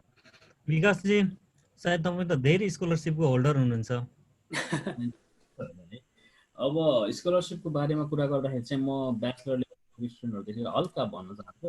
तपाईँको मेन कुरा चाहिँ युनिभर्सिटी छिर्ने बित्तिकै अब युनिभर्सिटी अनुसार फरक हुन्छ। एबिनजीले भने जस्तो उहाँहरूको युनिभर्सिटीले चाहिँ अलिकति एलाउन्स दिँदो रहेछ 45,000 र एचिन गरेर होइन। त्यो एकदम राम्रो त्यो प्रोसेस भयो। तर म्याक्सिमम युनिभर्सिटीमा चाहिँ तपाईँले चाहिँ कस्तो हुन्छ भन्दाखेरि युनिभर्सिटीले दिने स्कलरसिप भनेको जापानमा 2 तरिकाको स्कलरसिप हुन्छ। एउटा भनेको जापानिज स्टुडेन्टहरूले लिने स्कलरसिप भनेको त्यो पैसा चाहिँ उनीहरूले लोनको रूपमा लिन्छन्। उनीहरूले ग्रेजुएट भइसकेपछि त्यसलाई चाहिँ रिटर्न गर्नुपर्ने हुन्छ। तर हामी चाहिँ लक्कीली हामी चाहिँ इन्टरनेसनल स्टुडेन्ट भएको हुनाले हाम्रो पाउने स्कलरसिप चाहिँ पाउनलाई गाह्रो हुन्छ। तर हामीले त्यसलाई रिटर्न गर्नु पर्दैन। वी आर लक्की फेलो है। तपाईँको त्यही भएको हुनाले चाहिँ स्कलरसिप भनेको जहिले पनि एउटा एकदमै हाई ऱ्याङ्कको चिज हो। त्यसको लागि तपाईँ त्यसको लागि एलिजिबल हुनुपर्छ। अनि ब्याचलर लेभलको स्टुडेन्टहरूलाई म के भन्छु भन्दाखेरि युनिभर्सिटी छिर्ने बित्तिकै होइन, तपाईँले युनिभर्सिटी छिरेपछि पाउने भनेको तपाईँलाई 2 वर्ष इभ्यालुएट गर्छ। इभ्यालुएसन गर्दाखेरि तपाईँको जिपिएको लेभल, जिपिए कति छ, तपाईँको सिकेहरू कस्तो छ त्यो हेरेर तपाईँले सेकेन्ड इयरको फाइनल सेमेस्टरमा चाहिँ तपाईँले एप्लाई गर्न पाउनुहुन्छ विभिन्न स्कलरसिपहरू है। युनिभर्सिटी अनुसार फर्स्ट इयरबाटै पाउने पनि हुन्छ तर त्यसको एमाउन्ट एकदमै कम हुन्छ। तर तपाईँले एप्लाई गर्दाखेरि तपाईँले 2 वर्षको फाइनल सेमेस्टरमा एप्लाई गर्नुभयो भने लक्की फेलोले चाहिँ 3 र तेस्रो वर्ष र चौथो वर्ष पुरै स्कलरसिप पाउँछ है। हरेक महिना अब रोटरी भयो भने 10 मान होइन। अब हेवा नाकाजिमाहरू विभिन्न स्कलरसिपहरू छ। अब म चाहिँ मास्टर्सबाट छिरेको हुनाले चाहिँ तपाईँको मेरो केसमा चाहिँ मैले रोटरी युनियनमा चाहिँ मास्टर्सले चाहिँ रोटरी युनियनको 14 मान पाउँछ। मास्टर्समा तपाईँ लक्की हुनुहुन्छ भनेर तपाईँलाई यारिका त राम्रोसँग गर्नुभयो भने चाहिँ यहाँ चाहिँ तपाईँ मास्टर्स छिर्नुभन्दा अगाडि नै मैले चाहिँ 1 वर्ष पाएँ। किनभने मलाई त्यतिखेर कसैले पनि गाइडेन्स गर्दिनँ। तर मैले मेरो पछिको कोवाईहरूलाई चाहिँ के भन्यो भने मास्टर्स पढ्ने फिक्स छ भने तपाईँको फर्स्टको 10 महिनाकै इन्ट्रान्समा इन्ट्रान्स दिने र रिजल्ट लिने। रिजल्ट लिएपछि इन्ट्रान्स पास भइसकेपछि तपाईँलाई युनिभर्सिटीले के कासो दिन्छ होइन। त्यो भएपछि तपाईँले पास हुनुभयो भने एउटा सर्टिफिकेट दिन्छ। त्यो भइसकेपछि चाहिँ तपाईँले त्यसले मात्रै तपाईँले स्कलरसिप एप्लाई गर्न पाउनुहुन्छ। त्यो स्कलरसिप अक्टोबर अथवा नोभेम्बरमा एप्लाई हुने स्कलरसिप एप्लाई गरेर त्यसमा तपाईँले राम्रोसँग भयो भने तपाईँले 2 वर्षै पनि स्कलरसिप पाउन सक्नुहुन्छ है। त्यो भनेको तर त्यसको लागि अलिकति मेहनत चाहिँ गर्नुपर्ने हुन्छ। अनि अब स्कलरसिप धेरै छन्। मैले पनि धेरै एप्लाई गरेँ। तपाईँको सजिलो छैन होइन। डकुमेन्टेसन एकदमै गाह्रो हुन्छ। एसेहरू लेख्नुपर्ने हुन्छ 1400-1500 वर्डको होइन।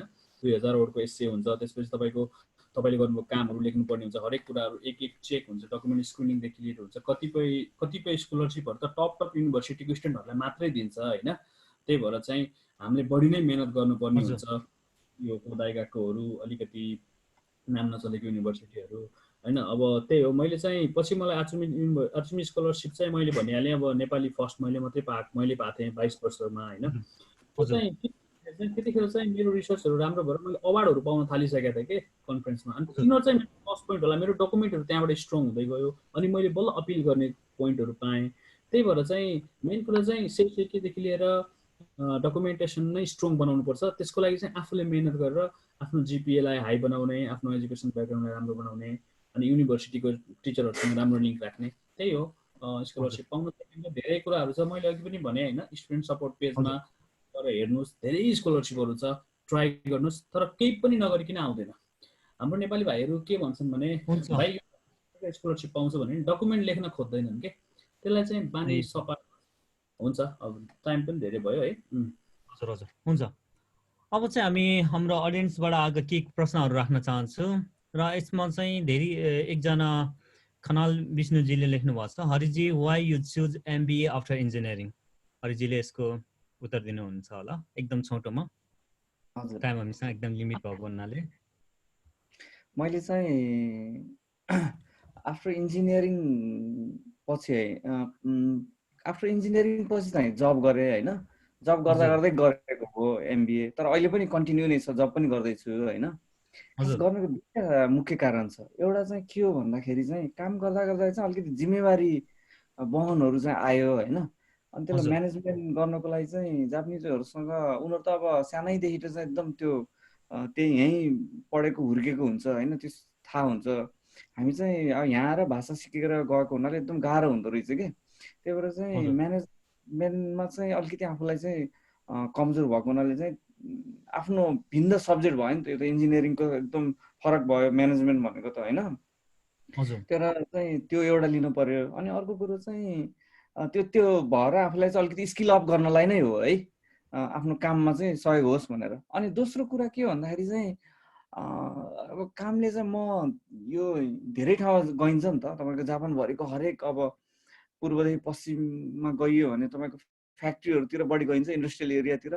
त्यो चाहिँ एकदम त्यहाँको 50-60 वर्ष अघिदेखि बनेका फ्याक्ट्रीहरू हेरिन्छ, त्यहाँको तिनीहरूको म्यानुफ्याक्चर तरिकाहरू, त्यो बिजनेस तरिकाहरू चाहिँ देखेपछि मलाई के भयो भने होइन, यो कस्तो चाहिँ जापानको इकोनोमी कसरी यिनीहरूले चाहिँ यो चाहिँ रोजगारहरू उत्पादन गर्ने अथवा चाहिँ बिजनेस गर्दो रहेछ भन्ने कुरो अलिकति आफूलाई चासो भएको हुनाले बिजनेस स्कुल गइयो भने चाहिँ त्यहाँ अब धेरै प्रकारका मान्छेहरू आउँछ नि त, उनीहरूबाट सिक्न पाउँछ।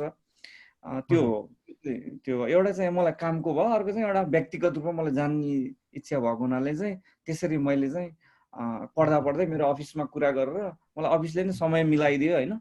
मिलाएपछि कहिले बिदा लिने, कहिले के गर्ने, कहिले हाफ छुट्टी, यस्तै गरेर चाहिँ त्यसरी चाहिँ हजुर पढेको। अब त्यही कारण नै हो, त्यो दुईटा कारण। हजुर सुभाषजी सुन्नु भएको छ? अड्के जस्तो छ।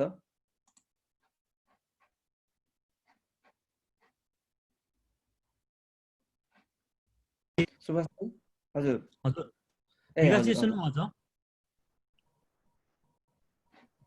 विकासजी म्युट छ कि? ओके हजुर भन्नुहोस्, म सुनिरहेको छु।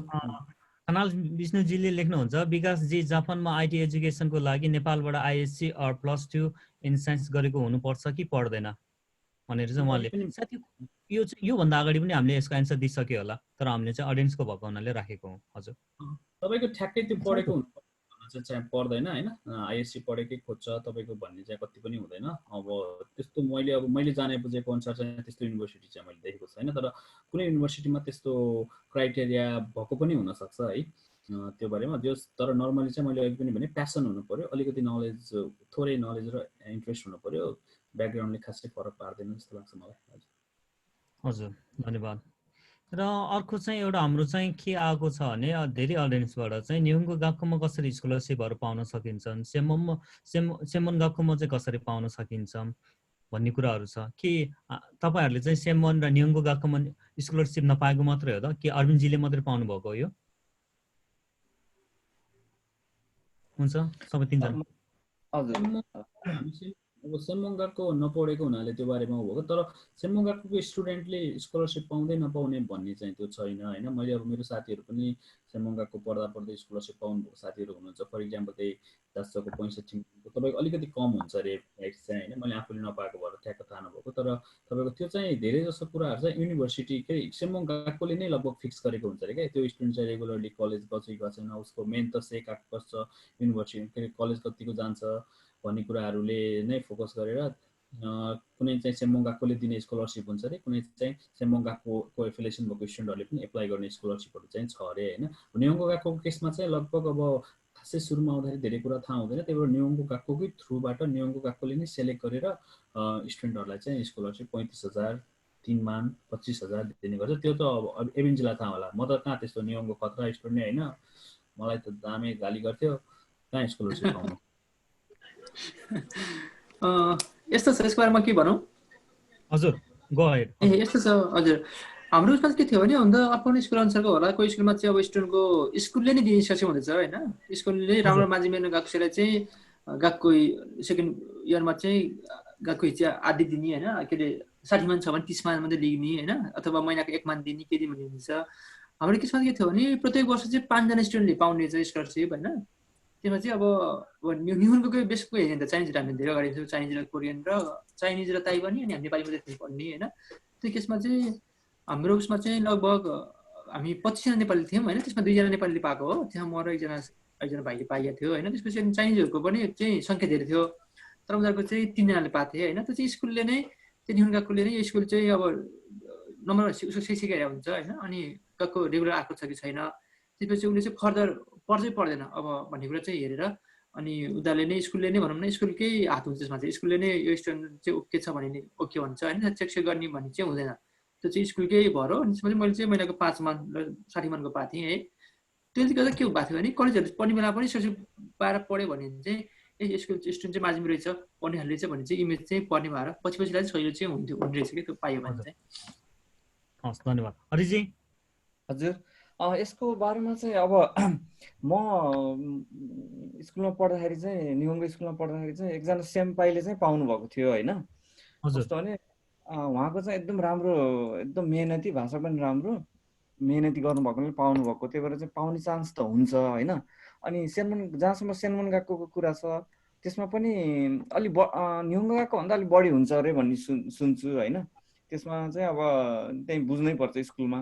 अनि अस्ति भर्खर एकजना भाइसँग एउटा कुरा भएको थियो, कस्तो भने निहुङ्गो गएकोमा चाहिँ उसले चाहिँ जस भर्ना भइसकेपछि त्यहाँ मेहनत गरेर उसको चाहिँ रिजल्ट राम्रो भयो अरे, त्यसपछि चाहिँ अलि विभिन्न एक्टिभिटिजहरूमा इन्भल्भ भएको हुनाले चाहिँ उसलाई चाहिँ अब स्कुलले स्कलरसिप दिएर त्यो तिरेको पैसा पनि फिर्ता दिएर त्यसरी चाहिँ स्कलरसिप पायो भन्ने कुरा अस्ति भर्खर एकजना भाइसँग कुरा भएको थियो होइन। त्यही भएर चान्सहरू छ, मेहनत गर्नुपर्छ, भाषालाई राम्रो गर्नु पर्यो, सरहरूसँग राम्रो सम्बन्ध गर्नु पर्यो, विभिन्न एक्टिभिटिजहरूमा इन्भल्भ हुनु पर्यो होइन। त्यस्तो भयो भने चाहिँ चान्स छ जस्तो लाग्छ होइन। अब चान्स चाहिँ भएन, जति मेहनत गर्दा भएन भनेर खेर त जाँदैन नि त, मेहनत गरेको त एक ठाउँ एक ठाउँ त हुन्छ नि होइन। के अरे जापानिजमा एउटा भनाइ छ कि सुतेरु खामी इरेबा हिरो खामी मो इरुयो भन्छ कि, जस्तो कतै न कतै एकजनाले चाहिँ टिपिरहेको हुन्छ अरे क्या। त्यही भएर चाहिँ आफूले अध्ययन गरेको मेहनत गरेको चाहिँ खर्च हुँदैन, स्कलरसिप पाएन भनेर चाहिँ निराश हुनु पर्दैन जस्तो लाग्छ है। हजुर हस् धन्यवाद। र अब चाहिँ म तिनैजनालाई चाहिँ एउटा के क्वेसन सोध्न चाहन्छु भने यहाँको ज्ञान सिपले नेपाल फर्केपछि यहाँ हाम्रो के अरे विद्यार्थीहरूले के कस्ता भविष्य बनाउन सकेला? हुन्छ तपाईँ तिनैजनाले। ठिक छ, मै सुरु गर्छु है। हजुर। अब आइटी सेक्टर, अब जापानको टेक्नोलोजी भन्नुहुन्छ भने अब तपाईँ सबैलाई थाहा भएको कुरा हो, आइटीकै फिल्डमा मैले कुरा गर्नु पर्दाखेरि लेटेस्ट टेक्नोलोजीहरूको पढाइ हुन्छ, लेटेस्ट टेक्नोलोजीहरूको सिलेबसहरू हुन्छ, करिकुलम हुन्छ होइन। नेपालमा जाने बित्तिकै म नेपालमा गएर नेपालको कलेजमा पढाउँछु भन्यो भने चाहिँ हामीले पढाउन सकिँदैन होइन, त्यो रियल कुरा हो। किनभने हाम्रो त्यो सिलेबस नै त्यो पुरानो सिलेबस छ, त्यो 35 वर्ष अगाडिको सिलेबस हो, त्यही चेन्ज भएको छैन। मेरो प्रोफेसरले पढेको कुराहरू हामी अझै पनि त्यही पढ्छौँ होइन, त्यही भएर त्यो सकिँदैन। तर त्यो बाहेक चाहिँ हामीले आफैले नै तपाईँको नयाँ नयाँ टेक्नोलोजीहरूलाई कसरी चलाउने, नयाँ नयाँ प्रोग्रामिङहरू कसरी चलाउने भन्ने कुरा होइन, नयाँ नयाँ यो आइटीको एआईहरूलाई कसरी इन्भल्भ गराउने, कस्तो कस्तो कुरामा युज गर्ने, जापानमै भएको इक्जाम्पलहरूलाई अलिकति बेस पोइन्टमा निकालेर कसरी युज गर्ने सानसानो माध्यमले भन्ने कुरा चाहिँ मजाले गर्न सकिन्छ जस्तो लाग्छ। फ्रिल्यान्सरको रूपमा पनि अब आइटी पढेको साथीहरूले गर्न सक्नुहुन्छ होइन। त्यही हो मेन कुरा। अब आइटीको सेक्टरमा चाहिँ पढेर मात्रै भन्दा पनि तपाईँको प्रोग्रामिङ स्किल चाहिँ एकदमै इम्पोर्टेन्ट छ। आइटीमा प्रोग्रामिङ जति गर्न सक्नुहुन्छ तपाईँलाई त्यति फाइदा हुन्छ होइन। त्यो भएर च्यालेन्जेस हरेक दिन स्टडी हो क्या आइटी चाहिँ। त्यो भएर यहाँ पढेको रिसर्च बेसको चाहिँ कसरी खोज्ने, कसरी नयाँ कुराहरू, कसरी नयाँ कोडहरूलाई हेर्ने, कसरी अब नयाँ टेक्नोलोजीहरू अथवा नयाँ रिसर्चहरू गरेर त्यसलाई कसरी प्रोग्रामिङमा डाल्ने होइन, कस्तो तरिकाको सिस्टम बनाउने भन्ने कुराहरूलाई नै फोकस गरेर पढ्ने हो। त्यही भएर जापानमा पढेको कुराहरू नेपालमा मात्रै होइन वर्ल्डमा जहाँ पनि युज हुन्छ। ढिलो चाँडो नेपालमा पनि अब हामीले अहिले पढेको कुरा अब नेपालमा युज गर्नलाई 4-5 वर्ष लाग्ला होइन। तर त्यसलाई 4-5 वर्षपछि युज गर्ने लेभलको बनाउनलाई चाहिँ हामी अहिलेदेखि नै केही गर्न चाहिँ सकिन्छ जस्तो लाग्छ। मैले गरिरहेको छु अहिले होइन। नेपालमा युज गरेर आफ्नो कामहरू अल्गोरिदमहरू चाहिँ भाइहरूलाई प्रोग्राम बनाउन दिने होइन, फ्रिल्यान्सिङको कामहरू दिने पनि गरिरहेको छु। ओके हजुर धन्यवाद। हुन्छ हरिजी। हस्, म चाहिँ दुईटा किवर्ड प्रयोग गर्न चाहन्छु। एउटा चाहिँ सेफ्टी आन्जेन होइन, अनि अर्को चाहिँ क्वालिटी अनि हिन्सिचु भन्छ जापानिजमा। तपाईँको कन्स्ट्रक्सनमा चाहिँ काम गरेपछि त्यो दुईटा एकदम महत्त्वपूर्ण यहाँको चाहिँ एकदम राम्रो छ।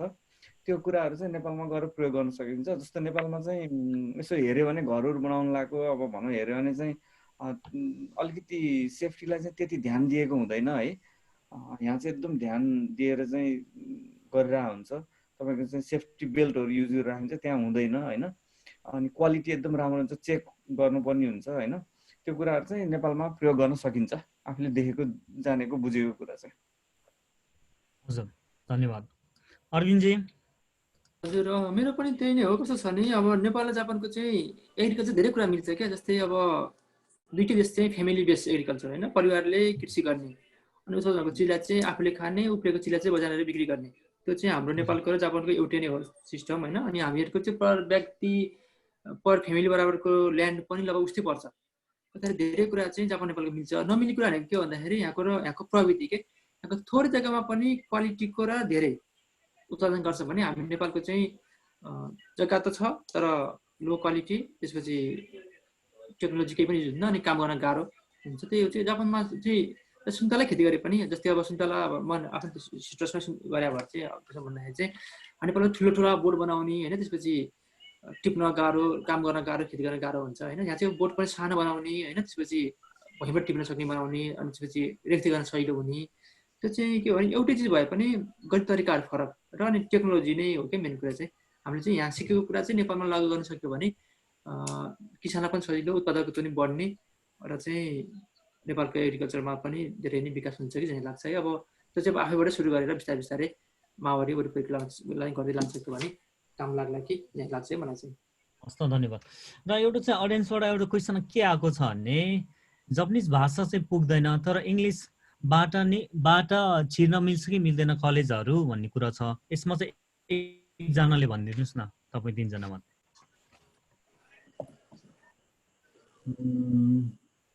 मै भनौँ है त।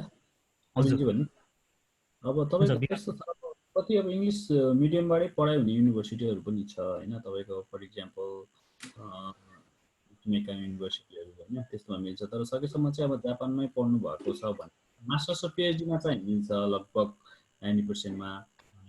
उनीहरूलाई चाहिँ जापानिज ल्याङ्ग्वेजको क्राइटेरिया दिएको हुँदैन। तर ब्याचलरमा चाहिँ जापानिज स्टुडेन्टहरू सँगै पढ्ने भएको हुनाले चाहिँ चाहिन्छ। तर त्यो बाहेक पनि तपाईँको इन्टरनेसनल युनिभर्सिटीहरू छ होइन, त्यो सबै इङ्ग्लिसमा पढाउने युनिभर्सिटीहरू पनि छ कि जापानमा। त्यो युनिभर्सिटीहरूमा चाहिँ तपाईँ जापानिज ल्याङ्ग्वेज नभए पनि डाइरेक्ट इङ्ग्लिसमै करिकुलमहरू हुन्छ। तिनीहरूमा चाहिँ तपाईँ मजाले पढ्न सक्नुहुन्छ। तपाईँ जस्तै टोकियो इन्टरनेसनल युनिभर्सिटी भन्ने छ साइतामामा होइन, अब निगातामा पनि छ। त्यो बाहेक तपाईँको इचुमेकानको तपाईँको एसिया पेसिफिक हाम्रो देशमा छ होइन। त्यही भएर त्यस्तो युनिभर्सिटी पनि छ। तर म चाहिँ के भन्छ भने जापानमा बस्नुहुन्छ भने चाहिँ जापानिज ल्याङ्ग्वेज चाहिँ अलिकति फोकस गर्दा नै राम्रो हुन्छ। मास्टर्स पढे पनि पिएचडी गरे पनि जापानिज ल्याङ्ग्वेज अलिकति पढ्नुभयो भने तपाईँहरूलाई पछि काम गर्दाखेरि चाहिँ धेरै सजिलो हुन्छ कि। तपाईँको लागि कम्पनीले छुट्टै ट्रान्सलेटर हायर गर्नु पर्दैन क्या। हजुर चाहिँ पढ्न चाहिँ अब त्यो युनिभर्सिटी हेरेर पढ्न चाहिँ पाउँछ, त्यति हो।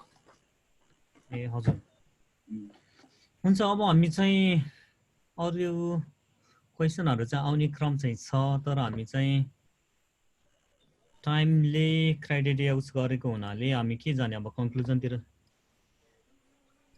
टाइम भयो होइन अब कुनै साथीहरूलाई चाहिँ केही क्वेसन छ भने अब यो लाइभ अब आज अब बिचमा एक्चुअली ग्याप पनि भयो होइन मेरो बेलामा पनि काटिएको थियो होइन अब त्यो चाहिँ अब यो हाम्रो लाइभहरू हेरेर अब कुनै साथीहरूले कुनै स्टुडेन्ट भाइहरूले सल्लाह अथवा सुझाव दिन चाहनुहुन्छ भने सुझाव चाहनुहुन्छ भने चाहिँ हामीलाई अब यही थ्रुबाट मेसेज फरक पर्दैन अब यो अर्गनाइजर थ्रु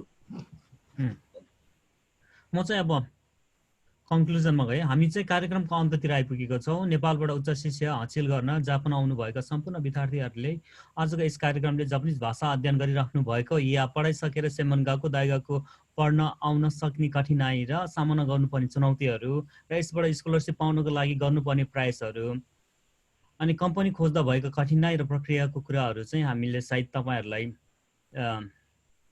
आजको हाम्रो यस वेबिनारले चाहिँ तपाईँहरूलाई केही सहयोग पुग्यो होला अनि म चाहिँ आशा गरेको छु र उज्जवल भविष्य चाहिँ तपाईँहरू चाहिँ अब निर्माण गर्न चाहनुहुन्छ र यहाँको सिप चाहिँ नेपालमा लगेर के अरे भविष्यमा चाहिँ नेपालमा पनि तपाईँहरू केही कुराहरू गर्न चाहनुहुन्छ भने निश्चय पनि तपाईँहरूले चाहिँ सुरुको बेचदेखि चाहिँ आफ्नो भाषालाई चाहिँ पहिलो प्राथमिकता दिनुहोस् र त्यो पछाडि चाहिँ तपाईँले जब तपाईँसँग चाहिँ भाषा छ र तपाईँसँग चाहिँ हरेक कुरा हुन्छ त्यो पछाडि चाहिँ स्कलरसिपको यो जुन ढोकाहरू हुन्छ त्यो आफसे आफ खुल्दै जान्छ भन्ने चाहिँ मलाई पूर्ण आशा लागेको छु र हामी चाहिँ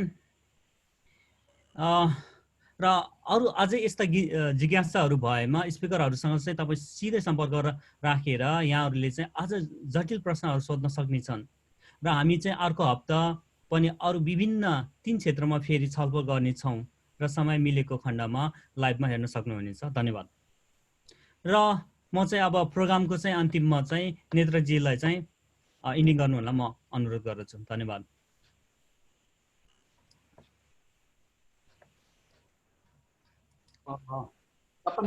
नेपाली विद्यार्थीहरूलाई लक्षित गरिएको यो कार्यक्रममा आफ्ना जिज्ञासा प्रश्नहरू पठाएर हामीलाई कार्यक्रममा सहयोग गर्नुभएकोमा सम्पूर्ण श्रोताहरूमा धेरै धेरै धन्यवाद विद्यार्थीहरूका जिज्ञासाहरूलाई मूर्त रूप दिनको लागि अग्रगामी भूमिका खेल्नुहुने आजका कार्यक्रमका मध्यस्थकर्ता एवं मोडरेटर सुभाष गुरुङज्यू सँगै आफूले जानेको र भोगेका कुराहरू मार्फत वेबिनार मार्फत विद्यार्थीहरूका जिज्ञासा र प्रश्नहरू माथि छलफल र सल्लाह सुझाव प्रस्तुत गर्नुहुने आजका हाम्रा अतिथि पाहुना सम्पूर्ण स्पिकरज्यूहरूलाई एकमुष्ट हृदयतया धन्यवाद सँगै आभार व्यक्त गर्न चाहन्छु कार्यक्रम गर्दै गर्दा सहयोग पाएका सहयोगी मनहरूलाई सम्झिन चाहन्छु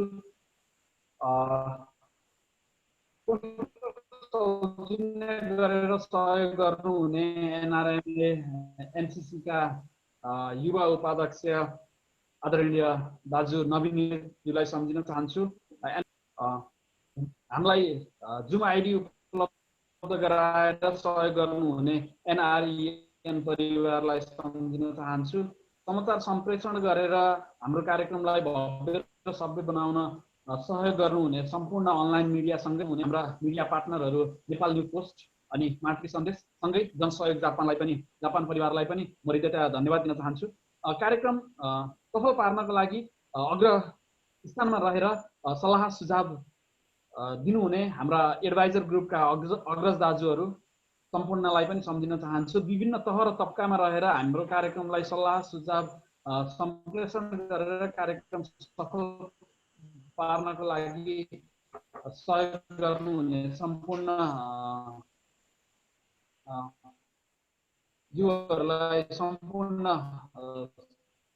सल्लाह सुझाव पठाउन सम्पूर्णलाई पनि धन्यवाद दिन चाहन्छु लागि हामी एकदमै क्षमा प्रार्थी छौँ आगामी कार्यक्रममा हामी सबै कुरा सुधार गरेर यहाँहरूमा अझै राम्रो तरिकाले कार्यक्रम प्रस्तुत गर्ने बाचा पनि गर्न चाहन्छु विशेषतः कान्तो परिवारका संयोजक राकेश सुब्बाज्यूलाई पनि धेरै धेरै धन्यवाद सँगै कान्तो परिवारलाई पनि तपाईहरूको जिज्ञासा र प्रश्नहरू बाँकी छन् भनेदेखि पुनः हामीलाई कान्तो पेजको मेसेज गर्न सक्नुहुनेछ हामीहरू तपाईहरूको जिज्ञासामा प्रश्नमा अथवा जिज्ञासामा सल्युसन खोज्ने हाम्रो प्रयास निरन्तर रहिरहनेछ। त्यसको लागि हामीहरू यथास्थानमा खटिएर लाग्नेछौँ। अर्को हप्ता पुनः 3वटा क्षेत्रमा फरक फरक विधाबाट फरक फरक पाहुनाहरू अतिथिहरू उपस्थितिमा अर्को कार्यक्रम हुने आशासँगै अहिलेको लागि आजको यो कार्यक्रमलाई यही बिट मार्ने अनुमति चाहन्छु। त्योभन्दा अगाडि सबैजनालाई पुनः एकपटक कार्यक्रमलाई सेयर गरेर सहयोग गरिदिनुको लागि पनि धन्यवाद दिँदै सबैलाई एकमुष्ट रूपमा धन्यवाद सँगै यहाँहरूको साँझ शुभ रहोस्, शुभ फल, शुभ साँझ, शुभ सन्ध्या। धन्यवाद।